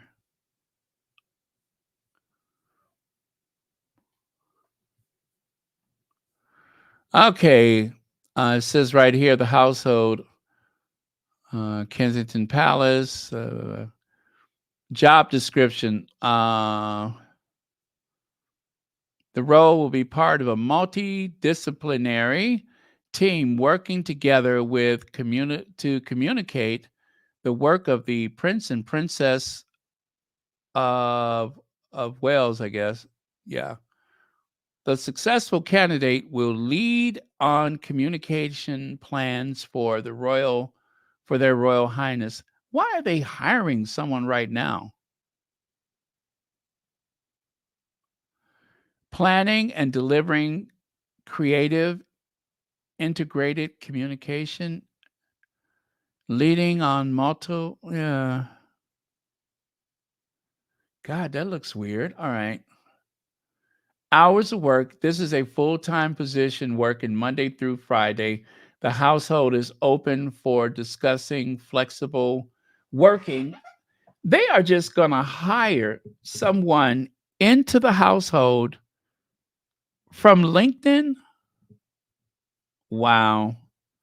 You mean to tell me you don't just know somebody who's good for this job?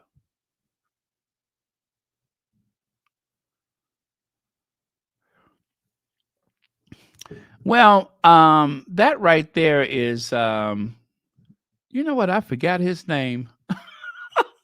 I forgot his name. You know who that is. That's, oh man, what is his name?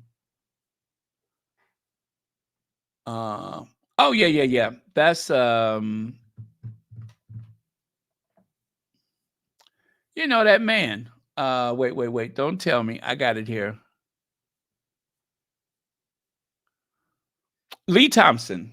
That's Lee Thompson. Now, Lee Thompson used to work for NBC. Some people think that Lee Thompson is actually American, but he is not. He's British. He's a Brit. Give the people back their money. Putting up with that nonsense. I'm going to let you hear his voice, as a matter of fact. I'm going to let you hear his marathon voice.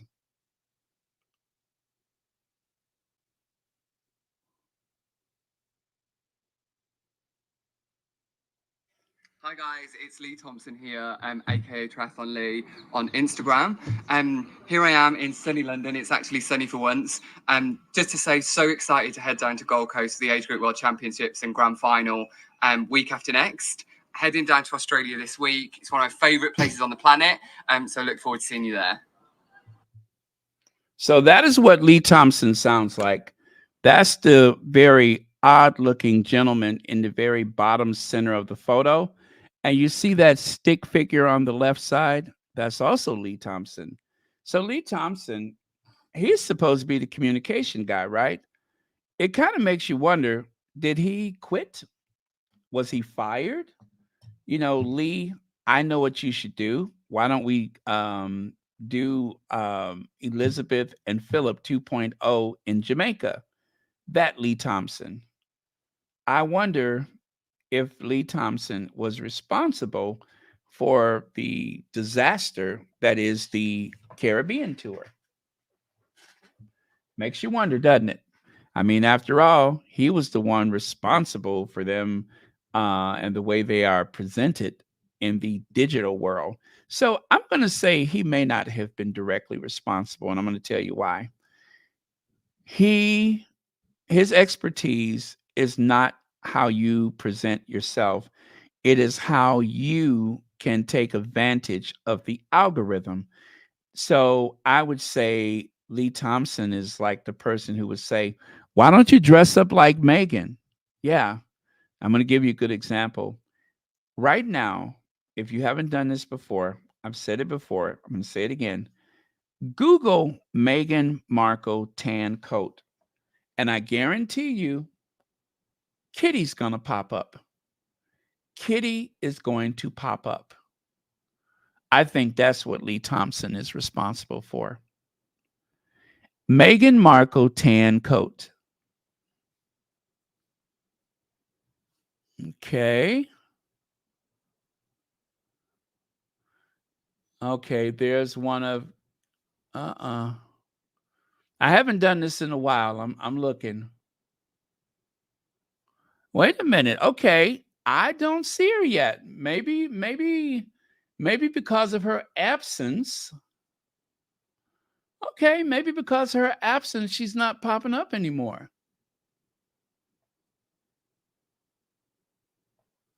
Well, I hope so, you guys. Because the last time I did that, there was Kitty smiling and grinning all over the place. But I think this absence of hers may have cured us. Oh, there she is right there. And there and there.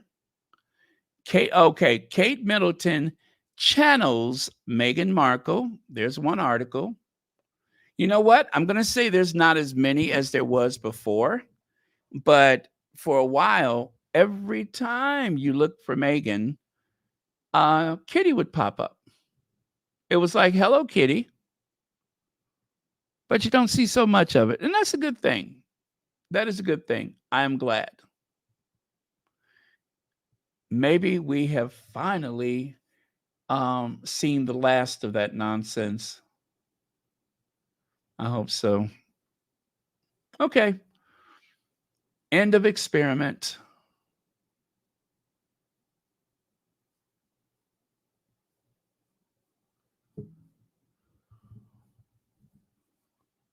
Let me see. Did they take Lee Thompson's contacts?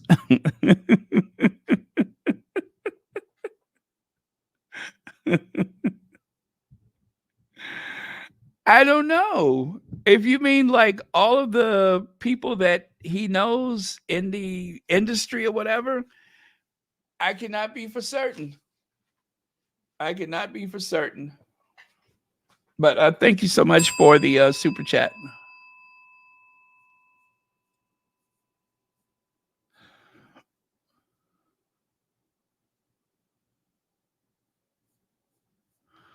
Okay. So that's Lee Thompson on the left side there, that rather peculiar looking young man. And Lee Thompson was also around when Frankenphoto was presented. So I I think Lee Thompson only deals with social media. I don't think he deals with dumb things like the Frankenphoto. That's what I suspect. I don't know what type of sandwiches he likes, so I'm not saying he's there for that either. I have never seen Mrs. Thompson, but I don't know what kind of sandwiches he likes. I don't care about his preference of sandwiches, real or imagined. But uh,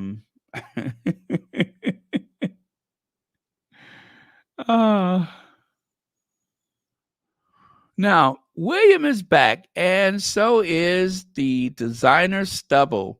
Rugged Prince of Wales rocks fan favorite beard on visit to homelessness.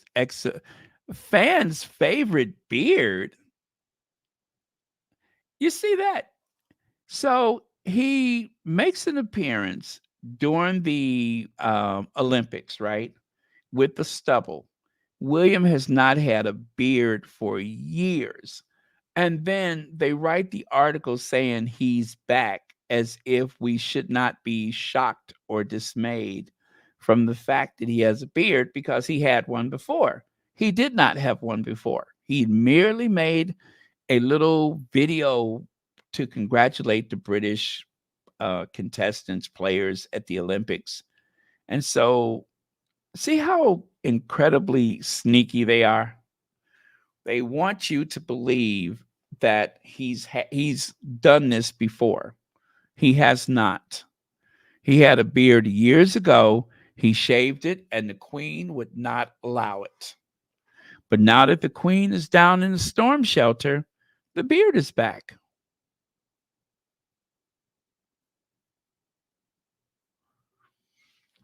Richard Eaton says the Meghan problem and the overlooked reason courtiers and friends tell me why William and Kate won't welcome back Harry. Who cares? That's all I got to say. Who cares? This is a planned pushback to Harry and Meghan's success. All of this is deliberate. When they don't have anything else to say, they start going into that Harry's trying to come back. Harry's not welcome back. William won't allow it. William's not speaking to Harry.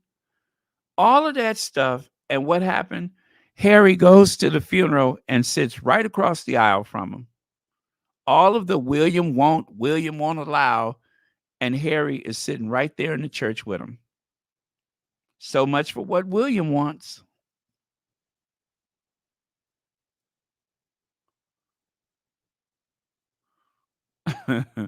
Adrian says William wants a beard and not a toothbrush.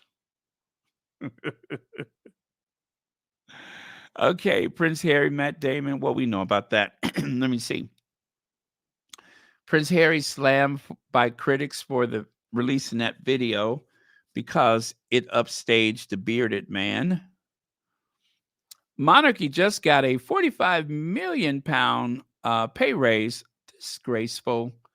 And yet the Sussexes cost the, I mean, there's a big difference between 45 million pounds and 45,000 pounds.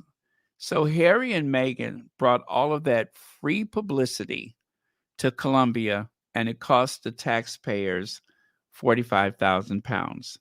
The bulk of the expense was shouldered by the Sussexes. I mean, where it directly affects them, such as their flights and their clothes and accommodations, all that stuff. They paid for it.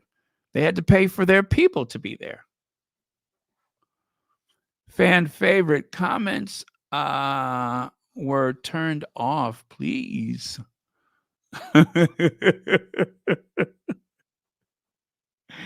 Oh, did they turn the comments off when he displayed the beard? Thank you for the super chat. Caroline Teal, thank you so much for being here. Well, and we know it's far more money than that. It is more money than that because they do not include the price of security. They said for the sake of security, they won't talk about security.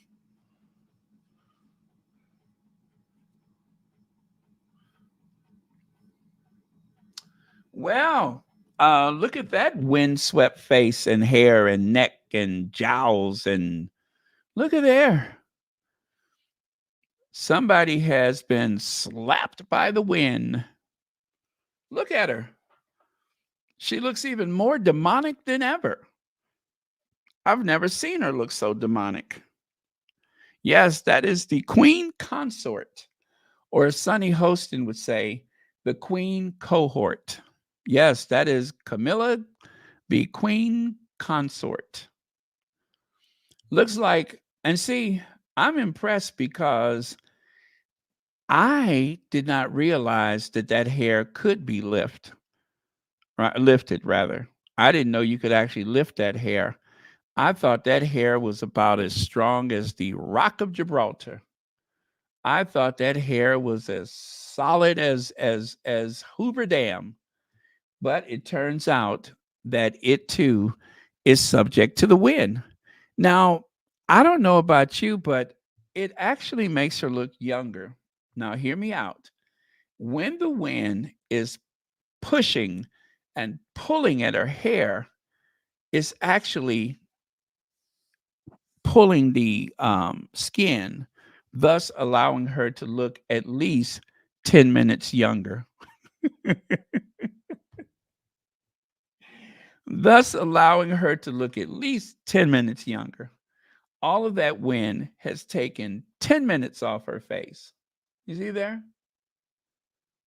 Now, as for the rest of the, I don't know, how old is she now? As for the rest of the 80 or 90 plus years, I cannot account for that. But she does look at least 10 minutes younger.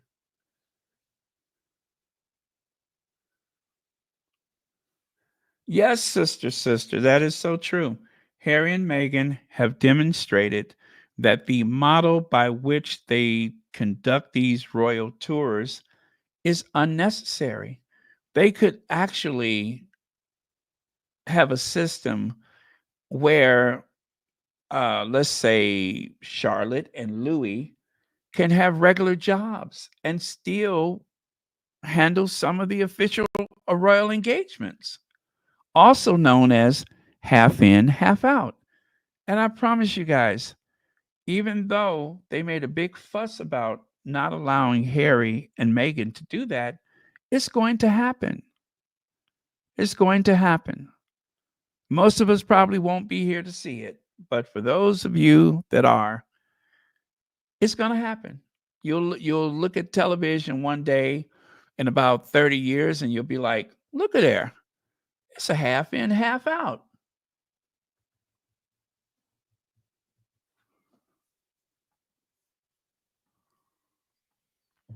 And of course, there were some very intrepid squatty who could not help but notice that royal troll looks just like a troll. And I'm like, my God, if Camilla doesn't put some clothes on, I'm like, is she an OnlyFans model? I mean, because we know she's a troll. Hello, is this a Daily Mail? Senior Royal here. I said Senior Royal here. Hello?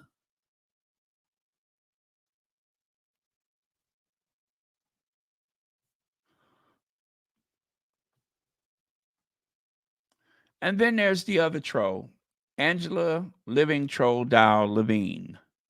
Yes, Angela Levin is a living troll doll. Well, so is Camilla. But yeah, there's troll dolls all over the place. Harry plots return from exile. That's a lie. Harry asks former aides to help plot his return from exile. Are we going to stick with this exile? Because if you take a look on the right, that's what Harry's doing. Harry is working and minding his business. He ain't thinking about y'all. Oh, on the left is an example of the royal rota and some of those monarchists that are waiting for the Sussexes to return. And on the right, Queens Are Made says, me looking for any evidence that Prince Harry wants to return back to the UK to work for the British royal family. You see there? You really got to take a good long look to see that. You'll never see it, though. Palace intrigue. Well, before all of this, Harry coming back, do you remember not so long ago, it was palace intrigue? King cuts Andy's security. And this almost seems like it was a while ago, but this was just, what, a couple of weeks ago. So there is the superior couple, the best possible chance for Britain, Will and Kate, at their Caribbean tour, shaking hands with black children through chain link fence. William looking very stern and dumb because the prime minister of Jamaica told him, we're moving on. We're moving on. Yeah. And, well, we're moving on. And of course, Will and Kate riding around in an open Range Rover, Kate wearing lace, just like Queen Elizabeth, William wearing a colonizer uniform, just like his grandfather. What a successful, unsuccessful royal tour. Couldn't have happened to a nicer couple. Karma. See? Compare that. This or this? This or this? How about that? How about that? Always pitch perfect. And check it out. Ian McKellen, he got into a spot of bother today. Now, I just want to put a couple of things into perspective where this is concerned. He said some things, and one of the things he said about Harry, let's face it, it was not cool. Let me see if I can find it. It says, sir, oh.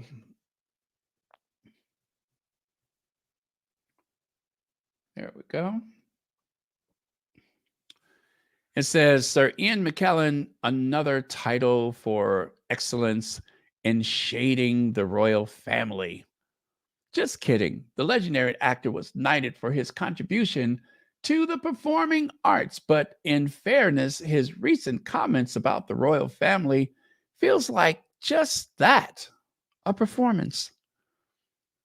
In a new interview with The Times, Sir Ian McKellen got real frank about the royal family and offered some controversial awesome opinion about certain members' character and the internal goings on. The conversation began innocently. Let me take a sip of water.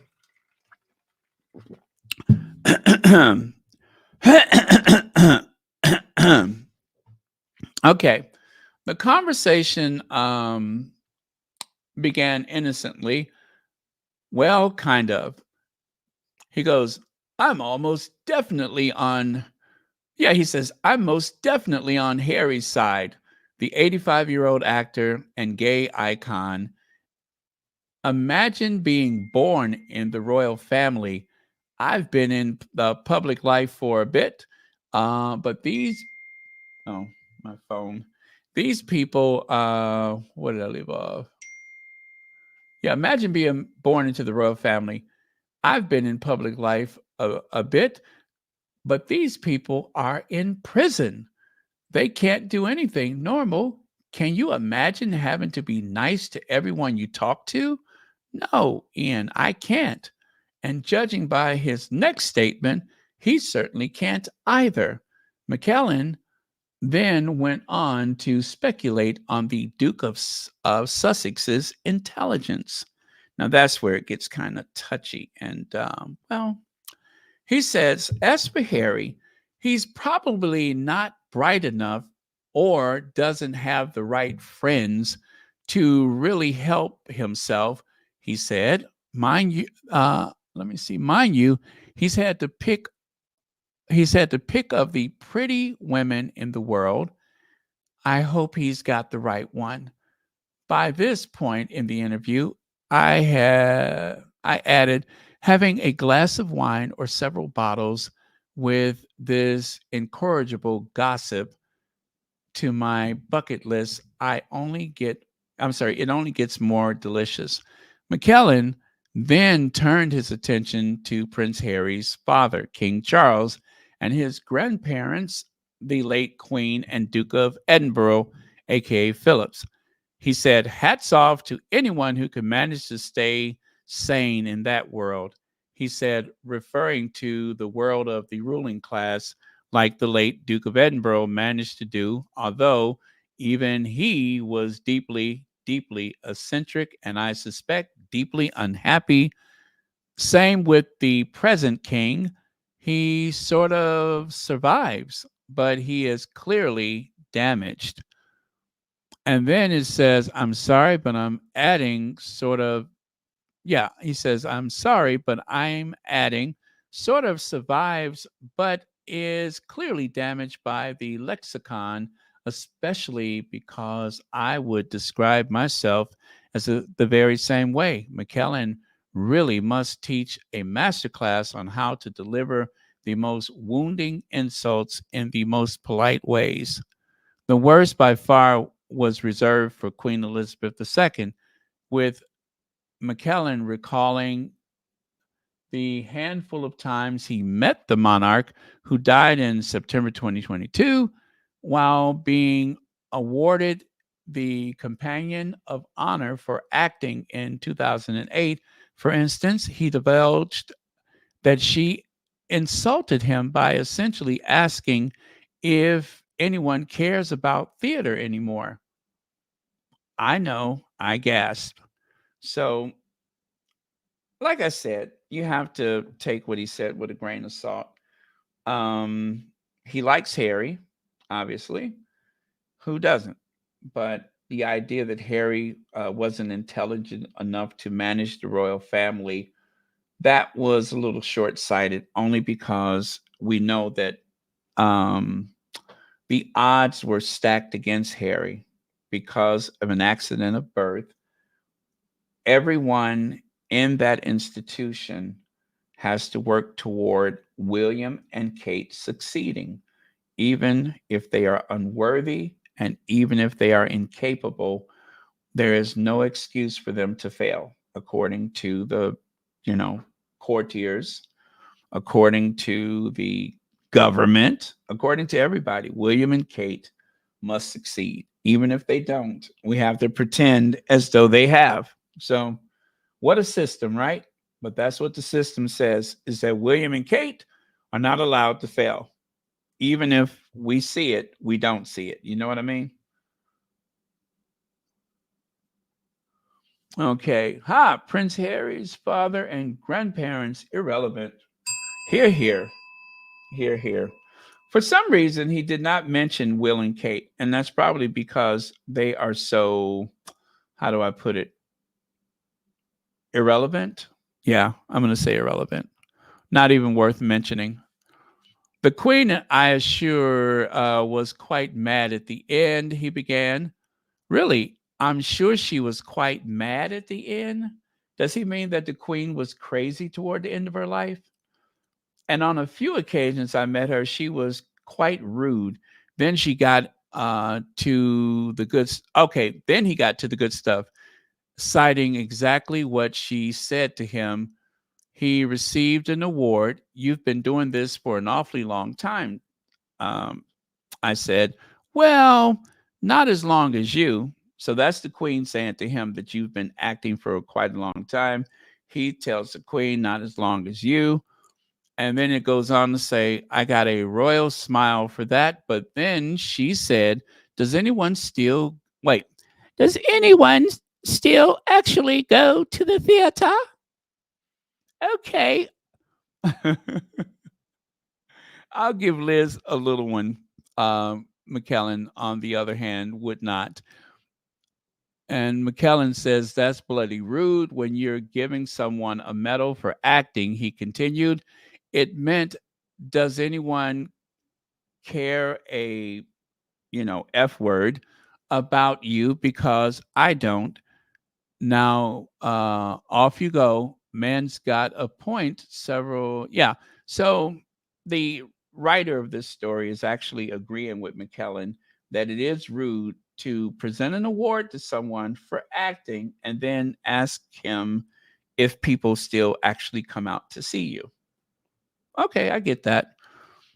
Let me see. I know I'm an American, but therefore I have no dog in the fight. But I think McKellen deserves another title for his contribution to the performing arts after this interview. It ain't all that. Okay. Okay, so meet the new Chief Medical Officer for Prince Harry's Invictus Games Vancouver Whistler 2025, presented by ATCO and Boeing. Major Paul Dillon is named Chief Medical Officer for the Games, a strong military background, considerable skill, and expertise. So look for this guy at the Invictus Games Vancouver. Wow, he's got a great smile, doesn't he? Invictus Games Vancouver Whistler 2025, presented by Dylan brings a wealth of diverse experience and a strong military background, lending his considerable skill and expertise to ensuring the health and safety of all participants, and particularly the up to 550 competitors, wounded, injured, and sick service members and veterans. Okay, there you go. And there's that. And, here's a last little comparison. Cheeky Prince Harry versus dull brother Wills. Okay, that article is from 2013. And then over here, is Prince William too lazy to work? Says Tom Sykes. Really? The Daily Beast, Tom Sykes? Yes, even back in 2017, they were talking about it. And then here, Prince William blasted for laziness for working just 47 days in a year. That was back in 2015. He only worked 47 days. I can't say I was a regular attender of libraries. Prince William confesses he was lazy at the university, as he tells Oxford student he can't pronounce Magdalene. He can't pronounce Magdalene? Lord have mercy. Anyway, thank you, Muriel, for finding these old articles. And with that, I am going to go and rest my voice. Thank you all very much. Thank you for watching Royal Sussex. Church Nellie, thank you for joining us tonight.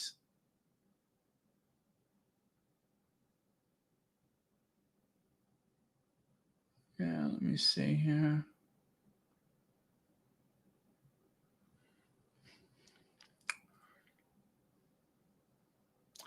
Hey, Marsha, I didn't know you were here. Salty old queen. You got a bell for that. Yes, he is a salty old queen.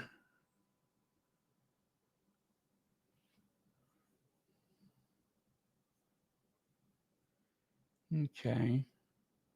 Okay, I got to go rest my voice. I will talk to you all tomorrow. Thank you for joining. I am feeling good. So, in case you're worried about me, I am feeling very, very well. And I'm looking forward to a great night's sleep. All right. See you guys. Love you. I'll see you all tomorrow.